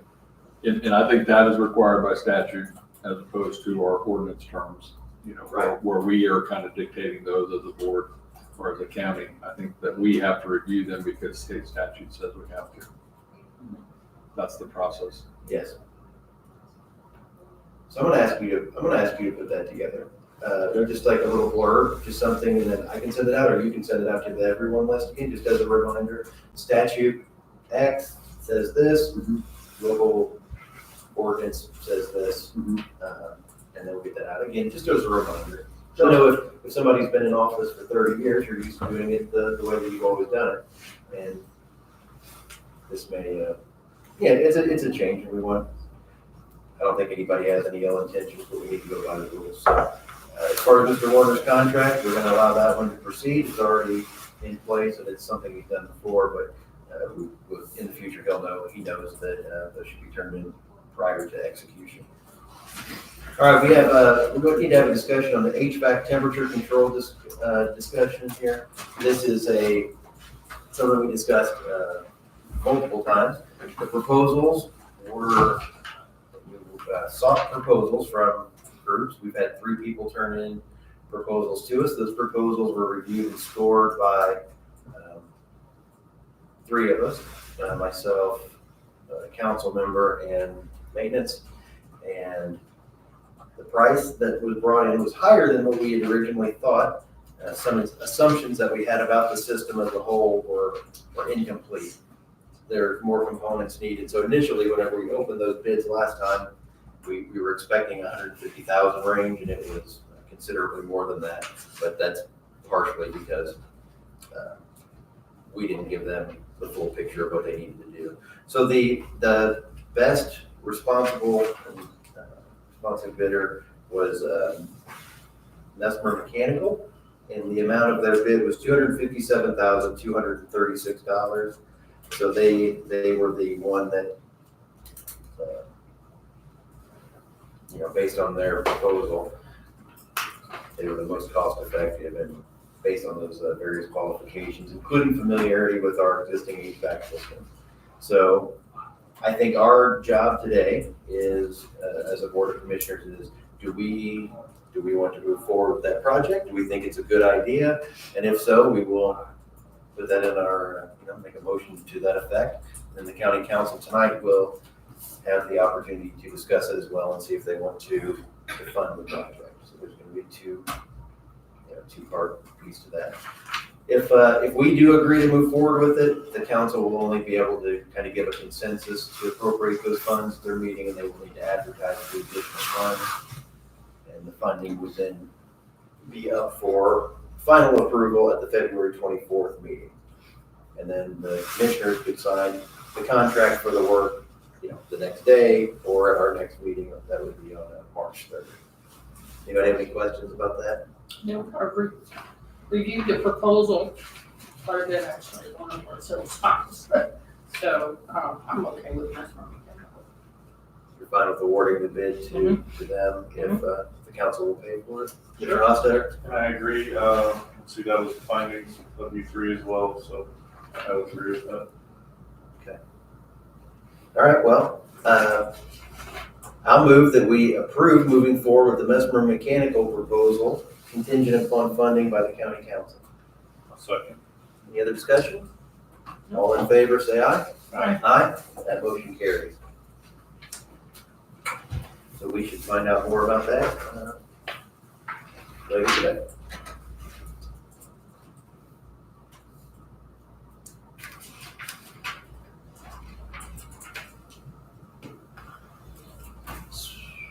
Yes, we have just a couple more minutes before we go on to our next agenda item. I just want to give you an FYI, the Grow Du Bois County, one of their part of the funding that we did for them, we signed an agreement with them within the last couple of meetings. Their year-end budget was, or not budget, the remaining amount they had in that line was $78,701.80. And we, as Du Bois County, did contract to do another $30,000 for them for this year. My hope is that those funds will be put to work in the community, or at least a plan B in place to use those funds. Otherwise, I don't think it's our intention to continue to feed their piggy bank, the piggy bank for it to continue to grow. The idea is to put it in place. So this year, I think, from memory, I think the only thing that they funded was some help on the terminal at the airport. So they did do some work, or did put some money into that. They met and did that. So how about we stop there, and we have Speedy from the Veteran Service Office here. I think there may have been some communication problems mostly because of me, because of that snow. I don't know what it was. I'll just say that I didn't communicate with him as well as I normally try to keep myself to that standard. So I think there were multiple things that he wanted to talk about. One of them being a potential change in the hours of the office. So let's start with that.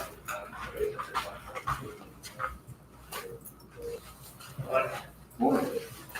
So now that I see that there's other people here with you, so I think the other email that you sent about some changes you wanted to do in the office, I suppose we'll talk about those today too. Is that what you If that's all right with you, yes, sir.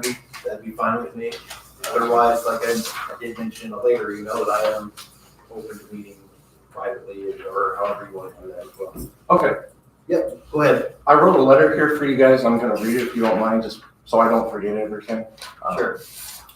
Dear Commissioners, I want to take this opportunity to speak on behalf of the many veterans living and working in Du Bois County.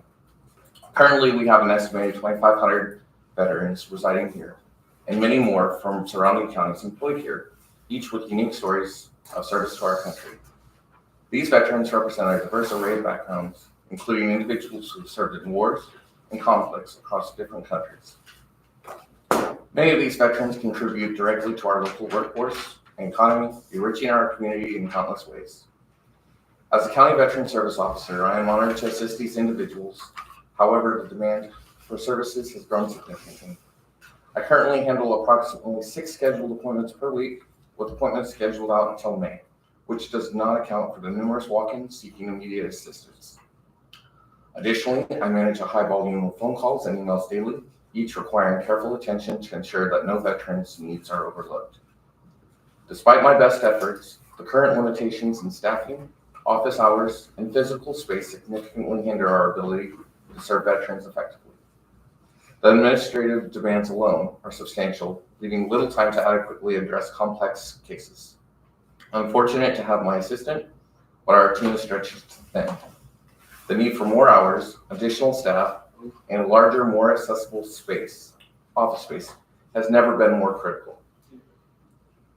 To provide more context on the broader scope of the need, I'd like to introduce Daryl Hensley, who will share national statistics on veteran populations and explain how the claims process works.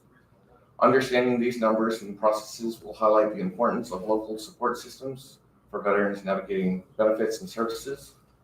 And following Daryl, Dave Flynn will address critical issues affecting many veterans, those marginalized due to their work schedules. With limited office hours, many working veterans cannot access the services they need during standard business hours. This leaves some of our most vulnerable community members without adequate support simply because they are unavailable during the workday. By expanding our office hours, adding staff, and providing a larger and more functional workspace, we can significantly improve the quality of service we offer to our veterans.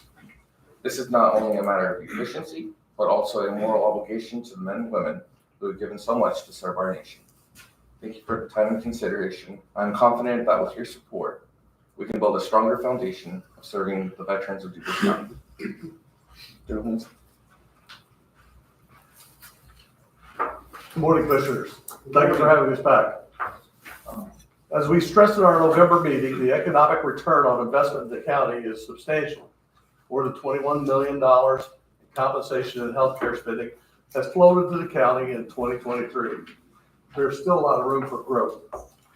Our veteran service organizations, we feel that more revenue can be gained by making an investment in the County Veterans Service Office. To control costs, the office needs to become more efficient in workflow.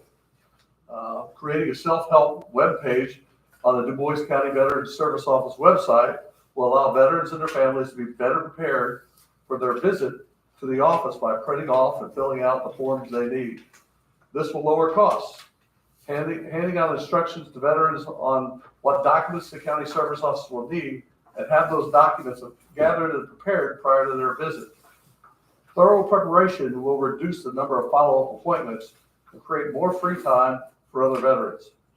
Workflow and efficiency can only take, I'm sorry. Here, can you provide us with what you're reading now? I think it was in the packet there. Okay, I just want to make sure, I didn't Yeah. see which one you were on, I wanted to be able to follow along. It's got a little thing up there about the amount of 3/4? 3/4 to 90%. Thank you, I'm sorry, I didn't interrupt you, but I'm like, I know you probably gave it to me, so I'm gonna follow up. Thank you, sir. I'm sorry, I should have had to drag it out. That's okay. But I'll pick up in the middle there. Workflow and efficiency could only take you so far.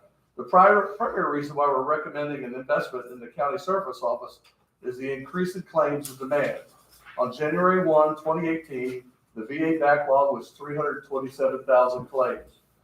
On January 11, 2025, the claims backlog is 595,000. If you'll flip over to the next page, you'll see a chart there that I pulled on January 11th. Shows 959,000 in the top right-hand corner number.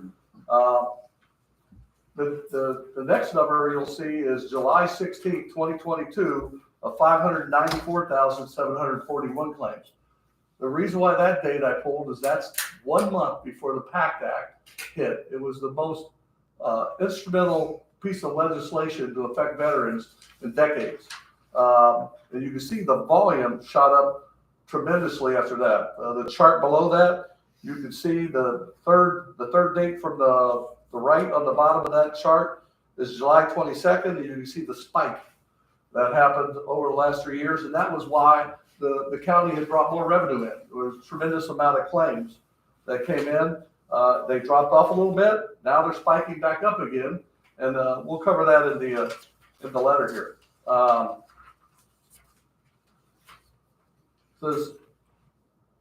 Says the volume is expected to remain high due to the increase in presumptive disabilities from toxic exposure during veterans military service. If you served in an area that exposed you to toxic environment, you have a presumptive disability. The likelihood of compensation claim payment is high. The VA just added 7 new disabilities to the presumption list last week. With the current lead time of 3+ months, it's imperative that we invest in more people to assist veterans through the county service office. An assistant county service officer would be a great start. A strong administrative person to facilitate the pleasant customer service experience will increase the county's veterans' confidence in the office. Perhaps longer hours during high volume months can keep the lead time down, and a reduction in hours sometime in the future when volume shrinks. So many of the county service offices in Indiana are similar in their philosophy of controlling costs of the expensive revenue. Most do not have any idea about the volume of VA money that flows into their counties. Their hours have forced many to begin seeking help from scrupulous VA claim sharks that take a huge chunk of the veterans' compensation. This is why the Indiana legislature is working to pass the Claim Shark Act. This would prevent non-VA accredited groups from representing veterans on their claims. Other states have already passed such legislation, and more states are expected to pass the legislation soon. In conclusion, let's make Du Bois County Veterans Office more efficient. Let's accept the volume is there to justify more manpower and hours. And let's protect the veterans of Du Bois County from claim sharks that will prey on them. And then in your packet, you should have a chart. I think it was near the very back. It was it looks like this here. Let me show it to you. It'll look like this here. Okay, so this gives you an idea of what the current county offices statewide are doing, right? You can see all the counties are there. You can see the projected volume of veteran population. You can see the days a week they're open. And you can see that all the counties that are Monday through Friday are open, and the others that don't have any date next to them, they vary. But we think that the volume in the county would more mirror especially since you have more than 2,000 veterans. In fact, most of the people that have more than 1,800 veterans have a Monday through Friday schedule. The ones that are below that obviously don't have that type of volume. So we're hoping that you'll recognize the increase in the amount of backlog and the amount of claims to add personnel versus pretty much keeping the status quo and causing people to get backed up for months in order to handle their claims. Some of them are very high emergency type claims. We've had veterans who've come through that have terminal illnesses that must have that claim filed or in order for their spouses to receive a pension afterwards. And they would have to jump the line, pushing everybody else back in there. So we have to have avenues for them to be able to do it. It's not a lot of them, but it only takes a few emergencies to really start pushing people back and creating an issue in the office. So with an assistant county service officer, a good admin person, we can get the lead times down. And if the volume stays high, the work will be there. If the volume doesn't remain high, then you have to make adjustments at the end. And that's perfectly acceptable, obviously. Any questions? No, thank you. Thank you for your time. Good morning, Commissioners. Good morning. Thank you again for having us back. I know when we spoke to you last time. You're Mr. Flynn? Yes, I'm sorry, David Flynn. I'm currently the Commandant for the Marine Corps League here in Southern Indiana, 11X, and I'm also the Senior Vice Commander at our local VFW post here in Jasper. And also, as of last night, I'm the new adjutant for the actual DuBois County Veteran Council. So I'll be working with all the organizations in our county on veteran affairs as we move forward. One of the things that we spoke about at our last gathering is, again, we talk a lot about numbers and we talk about things, and a lot of people, not by fault of anybody's education or anything, is a lot of the stuff we talk about on veterans things, unless you're a veteran, some of it doesn't make sense. You don't understand the terminology or the focus on why we're focusing our efforts this way. When you look at when the United States, probably sometime after World War I up until 75, we had a draft.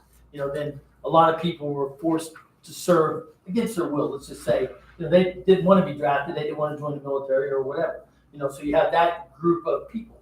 And we went to an all-volunteer force, and you have a volunteer force.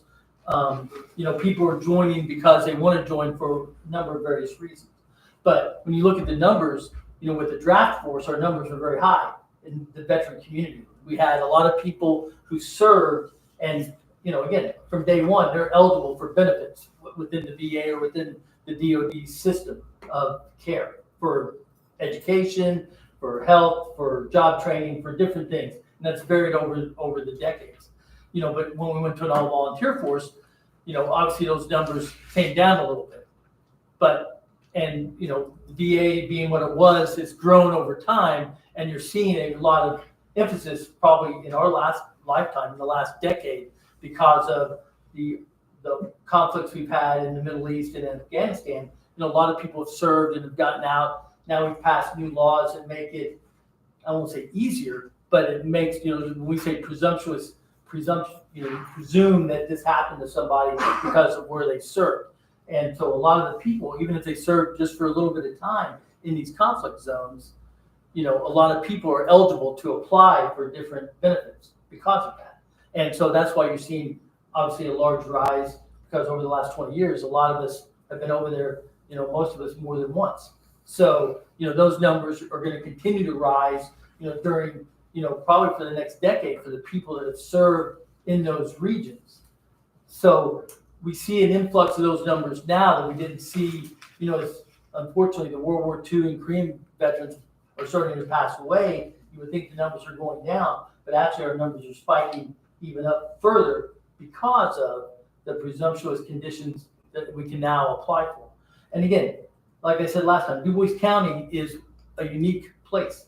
We're very fortunate to live in a county such as this with strong communities, strong job, strong education, strong healthcare, all the things that would draw businesses and people to be here are the same things that force these numbers up. I know we spoke last time about, people working here in Jasper on their lunch hour, will hit, like a service office or try to do their work, because again, when they get off work, they got to drive back to Martin County, Pike County, wherever, to take care of their family and do stuff. So again, they're not getting the hours over there. So if they're availed hours here, yes, they're not, quote, they don't necessarily live in our county, but they help provide the type of lifestyle we want in our county. They spend money here, they work here, they come here and do stuff here. So for them to avail themselves to try to get a little bit of help, from the service officer, the veteran, they're going to take advantage of that and try to keep their case going. And we think about that when we're providing veteran services, because again, we're not going to turn a veteran away, as most of us are veterans ourselves. We're going to do what we can, to help those people. When we look at this last year, and I think, many of you have seen or have been involved in just the activities of the veteran community over this past year in the county, we've had a very successful year. I mean, we just dedicated our new POW MIA memorial. We had a very successful flag disposal ceremony at the fairgrounds. We had very nice and meaningful Veterans Day and Memorial Day ceremonies here in the county that are put on by the Du Bois County Veteran Council in conjunction with the organizations. I mean, our veteran community is growing. I mean, there's still a lot of growth, and the stuff that the veterans do for the county, a lot of it kind of is under the radar. I mean, we're trying to increase our visibility with the younger crowd and the younger generations, and get not from a club aspect, but to what being a responsible veteran is, and giving back to the community and assisting to make sure that these things are embedded in our psyche, and what we do is not just Americans, but just good citizens here in the county.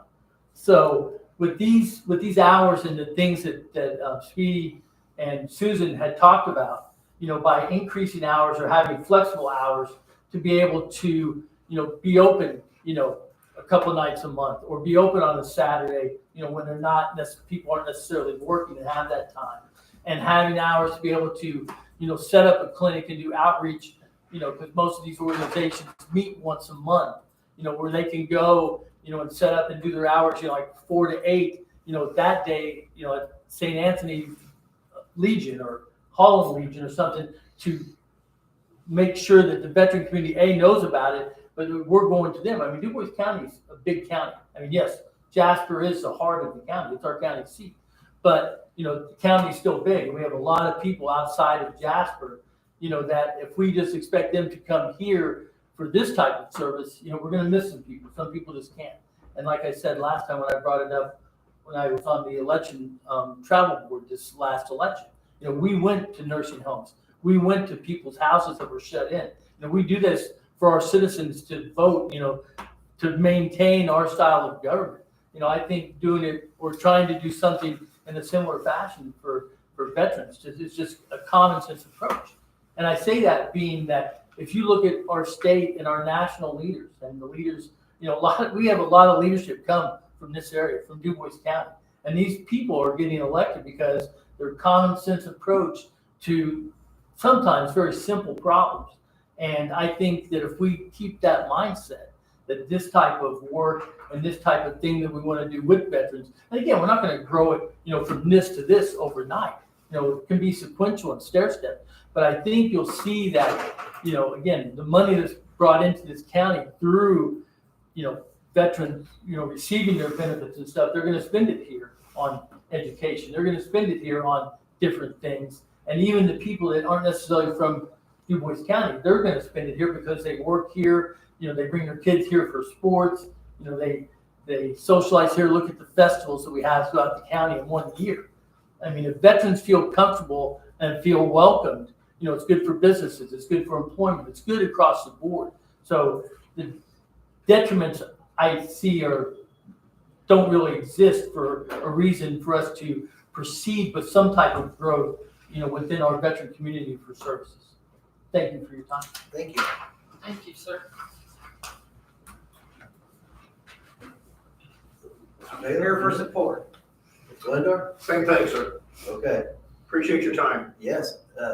So Speedy, if you come on up, if you don't mind. So do you want to make it, as a starting point, do you want to make a recommendation to this board to change the office hours immediately? Or is this just something you wanted to put everything on our radar? I'd like to do it effective immediately, sir. Okay, and your request was, please tell us. Monday through Friday, 8 to 5. Or 8 to 4, and then Tuesday and, Thursday. pardon, Monday and Thursday, is it? Monday and Thursday, open till 6:30.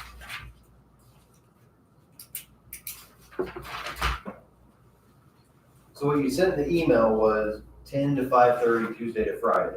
So that's, you want a different request now? I don't have my phone on me, I'm so sorry. That's okay. I might be getting my wires crossed. Say that one more time. The email that you had sent, you were saying you wanted to accommodate more vets from 10 o'clock to 5:30 Tuesday through Friday is what you had sent previously, which would then, if people work till 5 o'clock, you'd have some time in the office.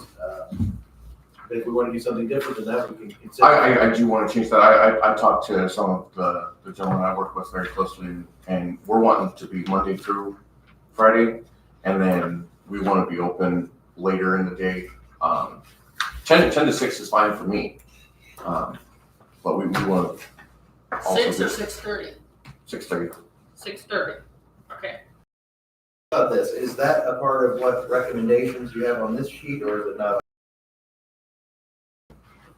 How about this? I don't feel like I've had a chance to digest it all. I don't know that this is a whole lot of an issue of changing the hours to best accommodate people.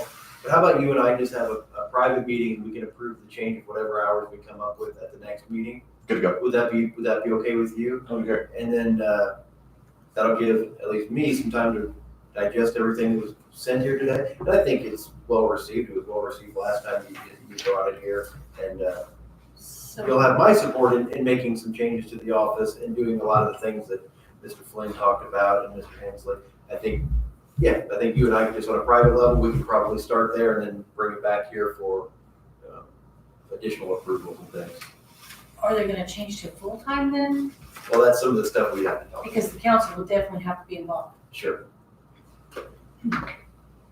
As far as for the next 2 weeks, so until our next commissioners meeting, your office hours will remain the same. But between those times, you and I will get together and we'll write up a proposal. We'll get it exactly how you want, and we'll see if we can make that happen. Good to go. Thank you. Thank you. Anybody, anything else? No, sir. Again, guys, I do think, at least, I think we'll be able to make improvements in this area. I think there's the will, and I think we'll make it happen. So we'll just keep pushing forward. Thank you. Thank you. Thanks. I've still got the same number that Susan had down there too, so if you've got her number, you've got mine. Okay, Thank you. Thank you. thank you guys. Thank you. Stay warm. Good day. Boone, I think it's time to invest in a jacket. I came through the back door too. It's warm there. I'm not that low, maybe I'm here. For the jacket. Thank you, guys. Thank you. Didn't have one laying next to him, so I thought. I know, I Yeah, I'm saw gonna use the that. restroom. I'll be right back. I saw him come in without it.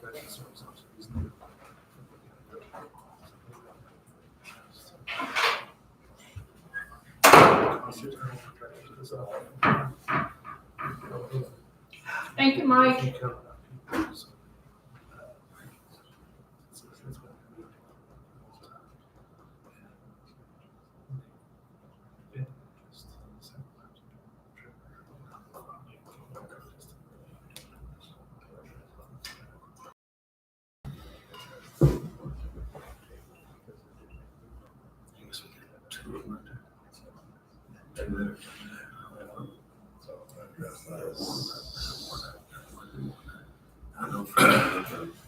still.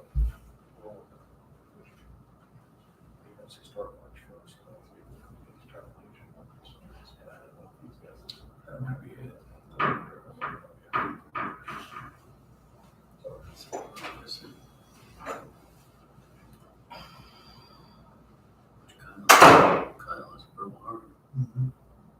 So are we expecting more weather? Yeah, it's cold. Just cold enough? Start warming up. just Then a again, I little wasn't bit. expecting to wake up Sunday morning with a little dusty I either. know. Where did that thing come I from? don't know. I don't know. And then this morning again. When I talked to dispatch, there wasn't no slide officer. So I think it was cold and a lot of it was blowing off the road. That's what I wondered at home. I said, I think it blew off the roof. Yeah.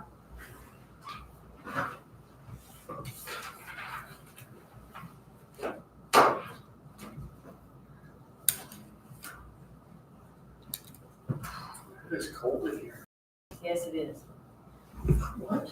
It's That's cold. coming from you? Well, it's 67. It's blowing out cold air. I know, that's not warm air coming out. That's why these two vents are closed up. Because at first I thought it was Teresa's fault because she No, got I both think these it's- vents blocked. I felt it warm for a second, now it's cold. This is cold air. Every once in a Cold while, air coming out it there. comes up warm. Yeah, It'll and come once, up warm and then poof, it goes away. Yeah. Yeah, that's the whole courthouse, I'm telling you. Is it real? Well, hopefully that'll change.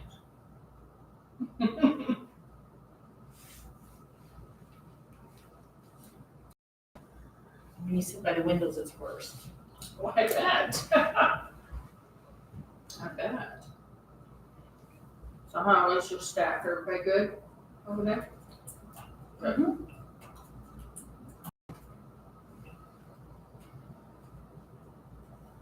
Yeah. So is he proposing more staff? I don't think so, just changing the hours. Well, what I underlined was expanded office hours, add staff, and expand workspace/office. Wow. So what's? That's what was in the letter. I mean, the only additional space you have is none.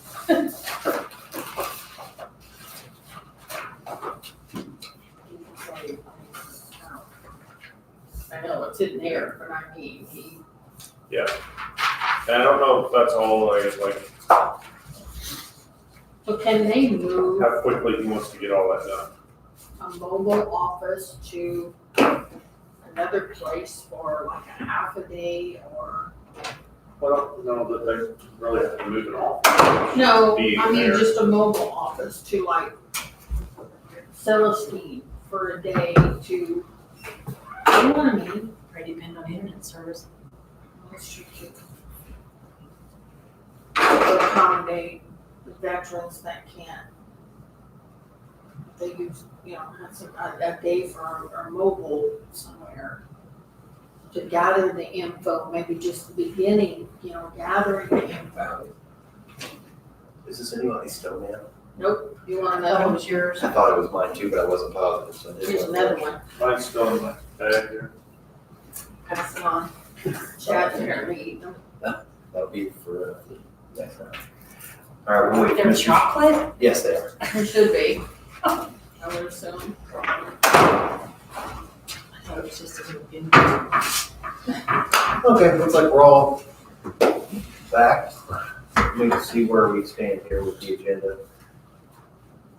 It appears that was the Veteran Service Officer request was the final thing on the schedule.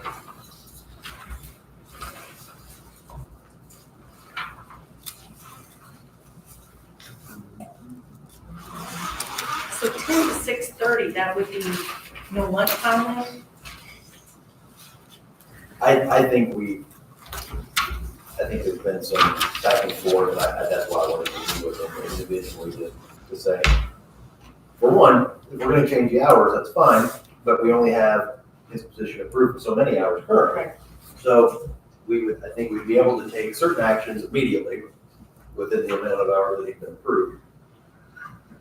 If we wanna if we want to expand his role from 28 hours to some other amount, then that'll be a different sort of action. that'll take a different type of funding. So I just think I need to get clarification with him of how we make this happen, or what his final request is. Because if he wants to be open from 8 to 6, 5.5 days, some weeks, that would be, that'd be more than full time. We said 10 to 6:30 right now. So I just think it's something we'll work through. That's, And possibly add additional staff. but Monday through Friday, that would make him full time. Mm-hmm. Is there any federal money for that? For the Veteran Service Office? One of the things I wrote down on here is I'd like to review what we are required to provide and then consider what are we morally, or, what do we want to provide? I mean, I think those are two different things, and I would like to see what is our requirement, and If there's anything available. and then if there are other ways to fund it. I would guess that there's not, and I think that's why many service offices, or at least smaller communities, are part-time, they're hard to get to, and people. In my opinion, you want to serve them all, but all the money they bring in doesn't come to us to help serve them. Probably part of it would probably through ed or, being spent locally, there's. Right, in a roundabout way, but it's not a direct, here's how to help you, help them. These guys come in here, and I don't even know who you'd ask to be devil's advocate.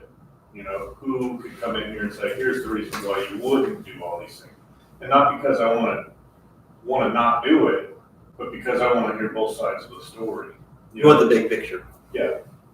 Yeah, as I'm looking at this, I see Hancock County has a 4,575 veteran population, which is more than double ours, and they don't have Monday through Friday hours. So how are they doing it? And are they serving these people? Are they well served, or Are they sending would the in people in emails? Hancock County be like, oh man, this They're going to a different their county. service is terrible? They might be going over to Hamilton County. Well, Hancock's County's not gonna fund those office hours, so they're going elsewhere. Yeah, I'm happy to continue working with them and find where we can do things.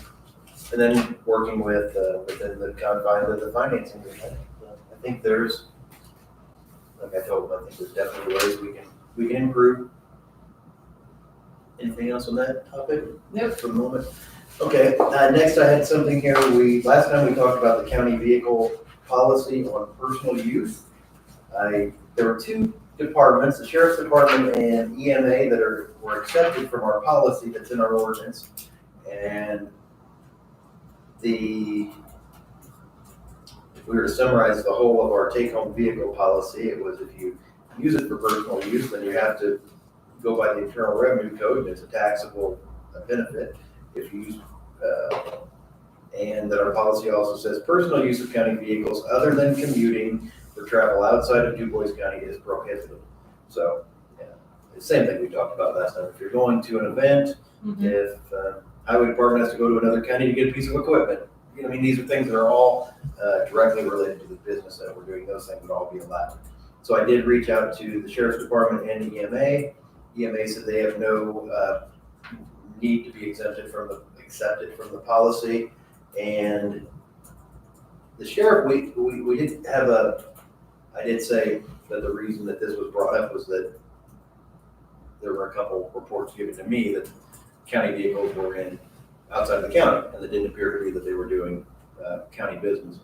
And you said that the people that made those reports possibly don't know why those vehicles were there. Maybe they were there for business. I think that was as much of that conversation as we've gotten. But I do think I'll ask him again, and I'll say, that being said, because it sounds like he's saying that they were probably there for legitimate business purposes. Okay. I'll say, if that's the case, then there's probably not a reason for them to be accepted from the policy. Because that's really what I was trying to look for. If there was something that I wasn't thinking of, or that we weren't thinking of as a board, they shouldn't be part of that policy, and here's why. I don't, like Nick said, I want a full picture of the question of maybe there's something we weren't thinking of. So I'll get a little more feedback on that, and I'll report again, and I would assume we probably, what I would propose in 2 weeks would be that we change, we amend our handbook to say that there are no departments that are accepted from the policy. Is anybody opposed to that from what you know today? Okay. Next up is a remote work policy. We have a remote work policy in the handbook, and I wanted to bring up to discuss with the board if they think we need to make any changes to that, if we need to clarify what we have, if you've had a chance to think about any of that. This came up because we had an office that sent their people home to work remotely, and from my reading of the existing handbook, it was outside of what our policy is, right? So are either of you familiar with the policy as it stands? I'm kind of reading through it right now. So what we did, back during COVID, we didn't have, my memory of it is we had there was no remote work policy previously.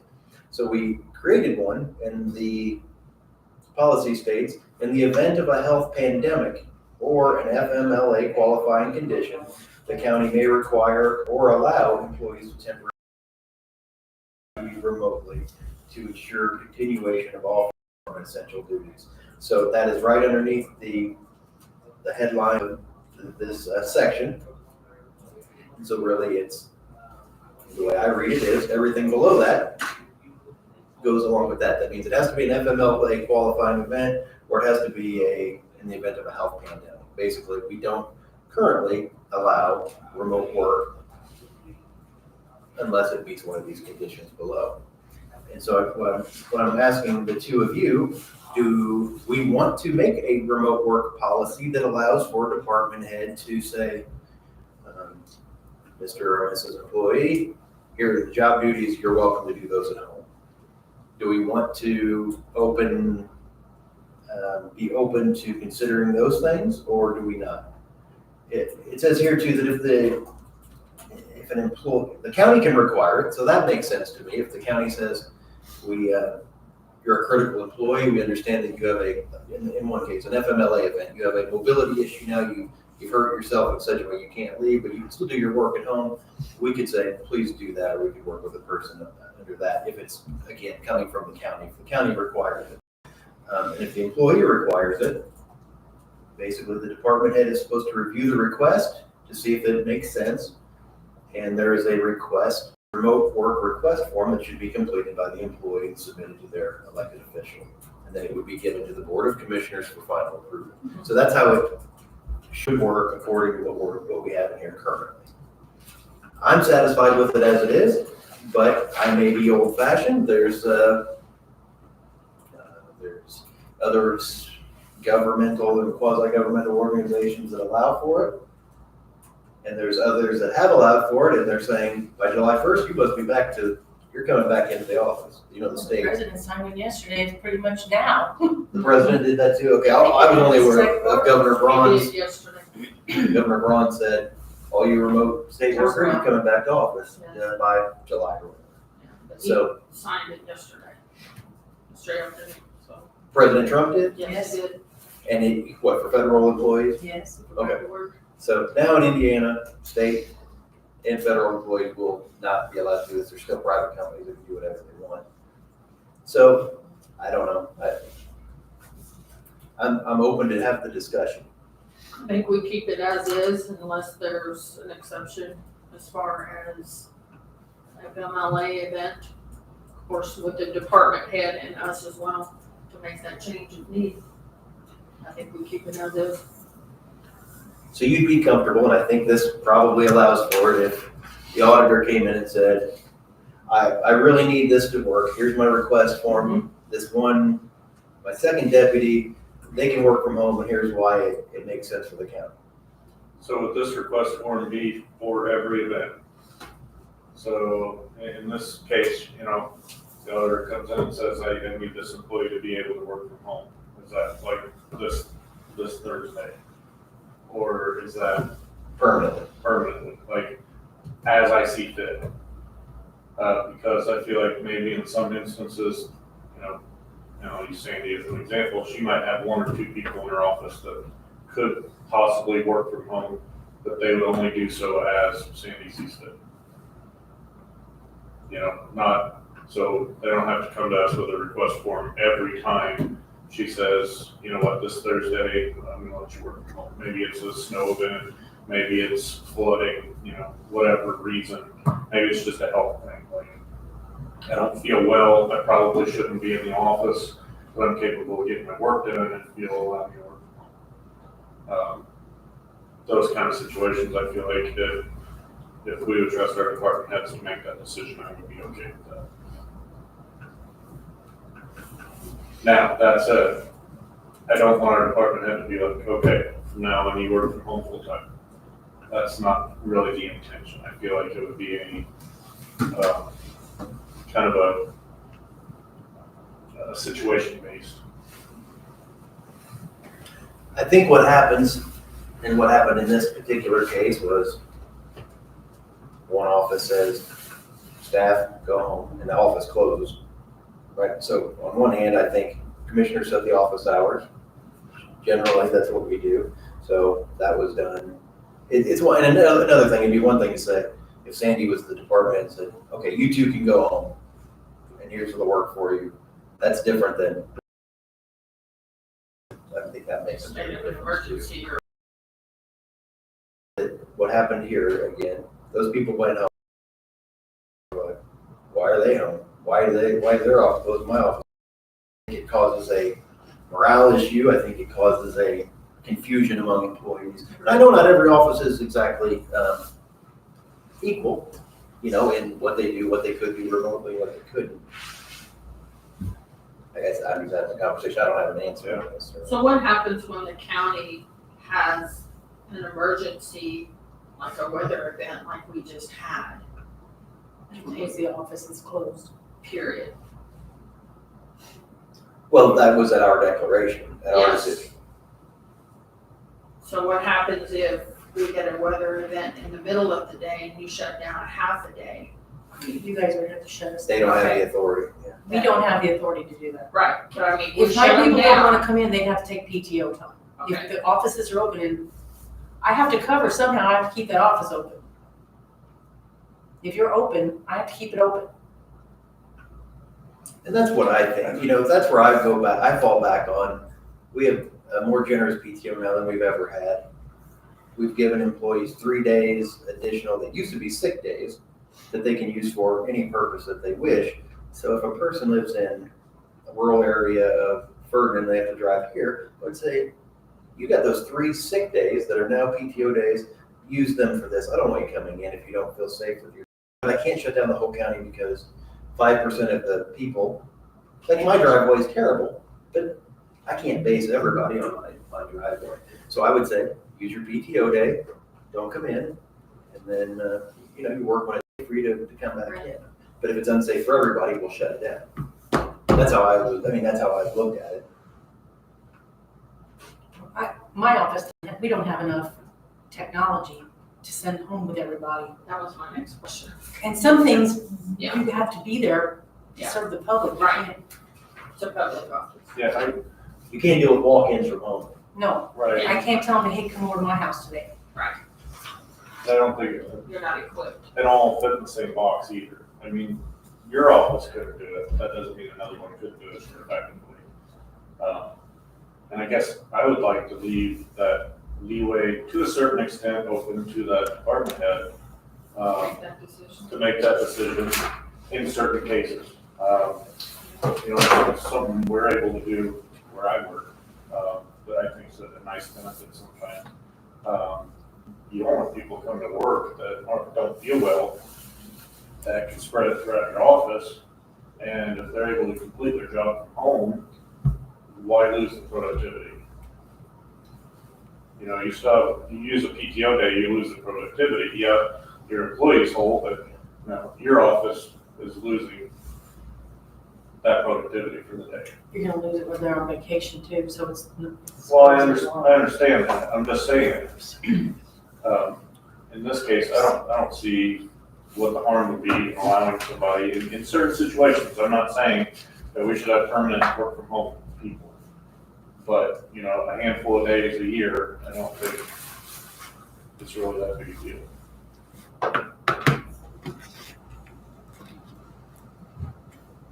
I think it's up to the department head to make decision. And I mean, I still feel like we should probably give the leeway to the department head. Exactly. Ultimately, it's But what still I'm up to us. saying is they know, somebody comes in and say, hey, I tested positive for COVID, but they don't really have a whole lot of symptoms or something, and they wanna work from home.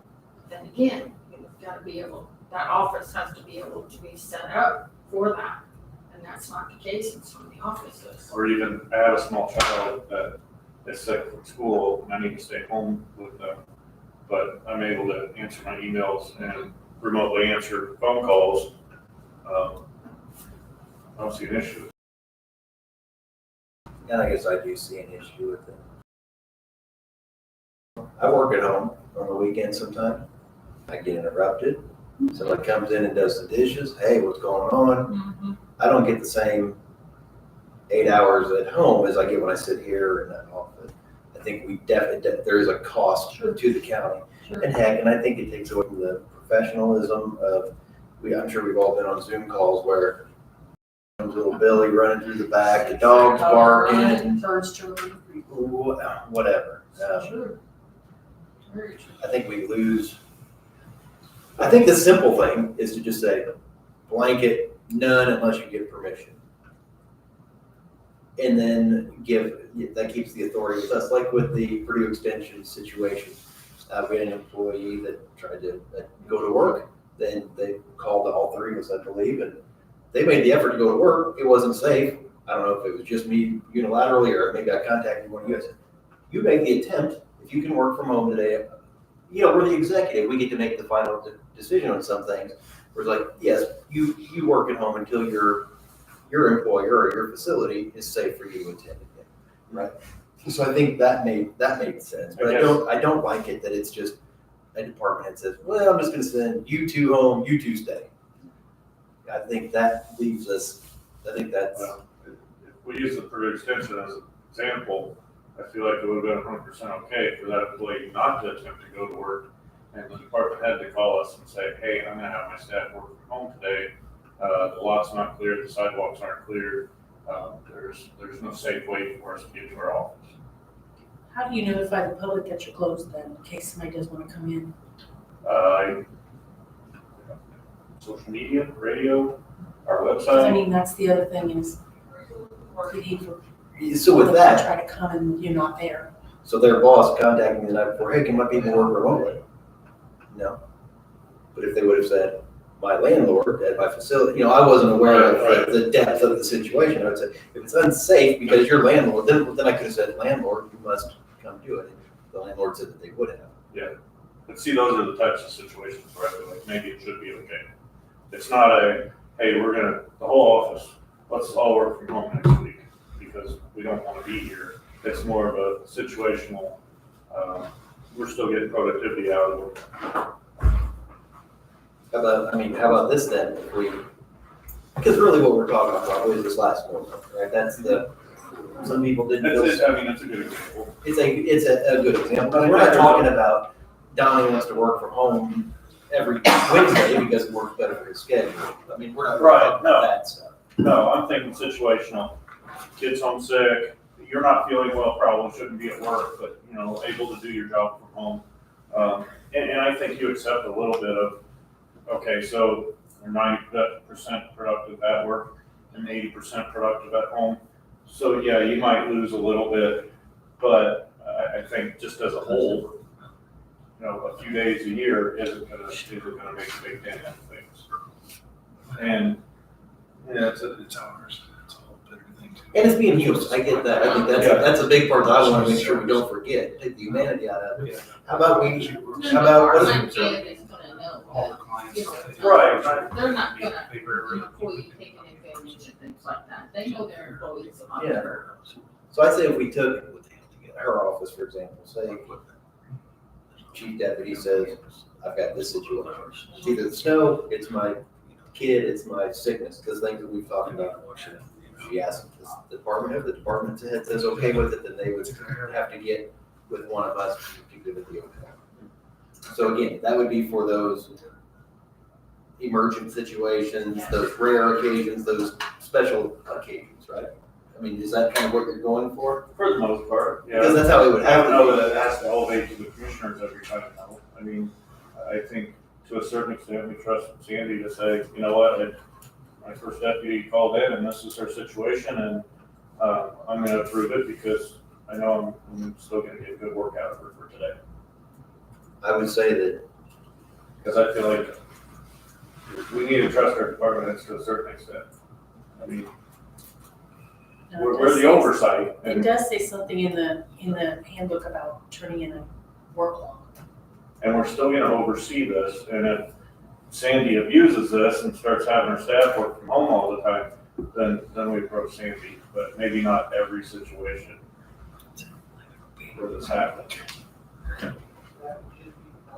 see, and I like the idea of it having to go up the ladder, just for the simple fact that 9 out of 10 department heads, great, I would trust them with everything. You got some people that will just take advantage of it, That's what I'm even saying. people that The are, department heads are gonna know. they're gonna say, Then I would say they shouldn't be a department head. Can't trust them to make that decision, they shouldn't be in that position. Know their employees a lot better than us, that they would know if their employees gonna take advantage or is taking advantage. Okay, then it's gonna stop. And I think maybe we should know it, but I don't necessarily think they need to reach out to us every time.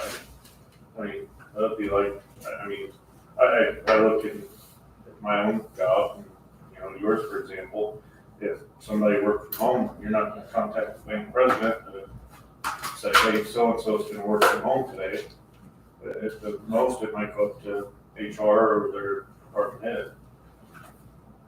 from what I know, In my Mark, case, it's my department head who makes that call. And It would be But it nice doesn't for happen us a to lot. know, because with payroll and tracking of hours and PTO time, it would be nice to know when people.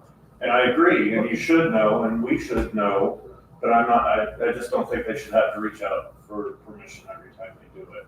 But if we come back, you know, and you say, hey, over the past 2 weeks, office so-and-so has had, you know, 4 days of working from home, seems a little bit excessive, and then, you know, we can address that, but not necessarily call us every day and say, hey, so-and-so says they're not feeling well today. I went to the doctor, you know, is it okay if they work from home? I don't know that that's necessary. I think we're climbing a little too far up the ladder with that. I think Sandy can make that I think we decision on her own. have a very generous PTO policy, like we said. well, how about this, we brought it up, we put it on the next agenda for 10 minutes, because I would guess some employees will be watching the meeting, and they'll say, they'll tell us why we're right or wrong about how we're thinking. I would assume. Again, I don't necessarily want to get those calls, but again, my fear is always that outlier. It's the department head. It's not going to be Sandy. Sandy needs her people there, and she is going to be reasonable about it. But some departments say, you know what, the rule you guys put together said I can do this, so I'm doing that. And Firms taking advantage. and it could, I just think it really would then, let's just say the clerk lets one of her employees go home for remote work within your guidelines, but more often than another person at the recorder's office says, well, she get to do that all the time. Well, I just think it gives. Well, one within your own office will say it about the other one in their office. But how about this? Is that okay? We just kind of table it for 2 weeks. We'll talk about it again. Maybe we'll get some feedback from people. Sure. Good, okay.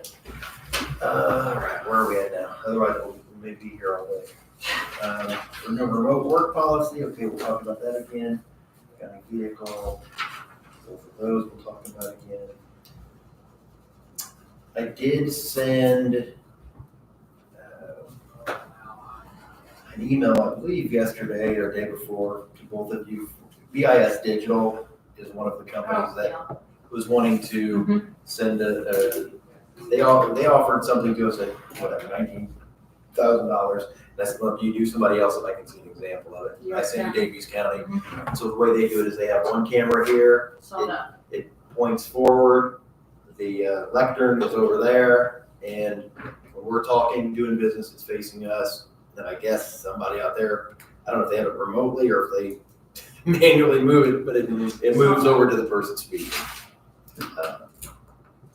But I the mean, the person quality speaking seemed is okay. sitting on the side versus they're directly in front of us too, though. Right, it would be right where. Yeah, it would be either or. Somebody would have to man it the whole time. On some of those, I think it picks up the speaker and the camera moves and adjusts automatically. This one, yeah, I've seen those, but this one didn't look like that. This it was looked like, fixed. it looked like a fixed one that's moved. Okay. Yeah. Like at the LEPC meeting, yes, it'll focus on wherever the noise is coming from. Yeah. Okay, so I just want to share that with you, if you want to see what that looked like. Councilman Craig is still working with somebody locally as well, and we're trying to find a solution to that.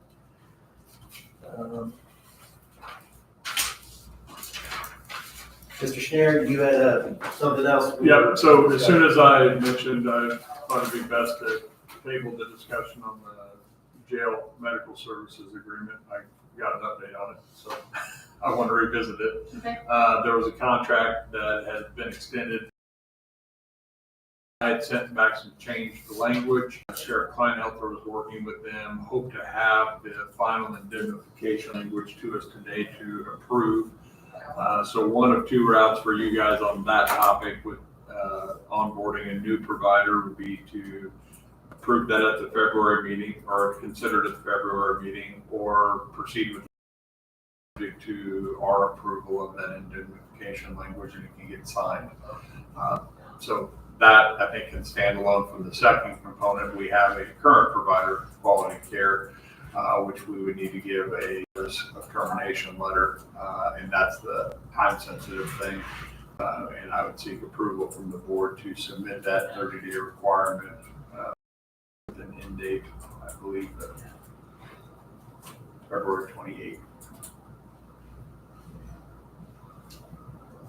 And what would that letter be, just a termination letter? Under the contract, we have to give notice when it is, when the agreement will be terminated, and that length of time is 30 days. Would it be okay with the board to add both of those items together for a single motion of single consideration? Anybody opposed to that? So I would move that, subject to county attorney approving the indemnity language of the modified agreement with 3C, Yes. that we approve that, and we approve the sheriff sending the 30-day termination notice to our current provider, Quality QCC. That's what, how I would move to approve. Second. Okay, any other discussion on that? No. Mr. Schneider, does that sound like that would meet what Yes. we're talking It about? satisfies both the things I needed. Okay, So I can read this if I get to it.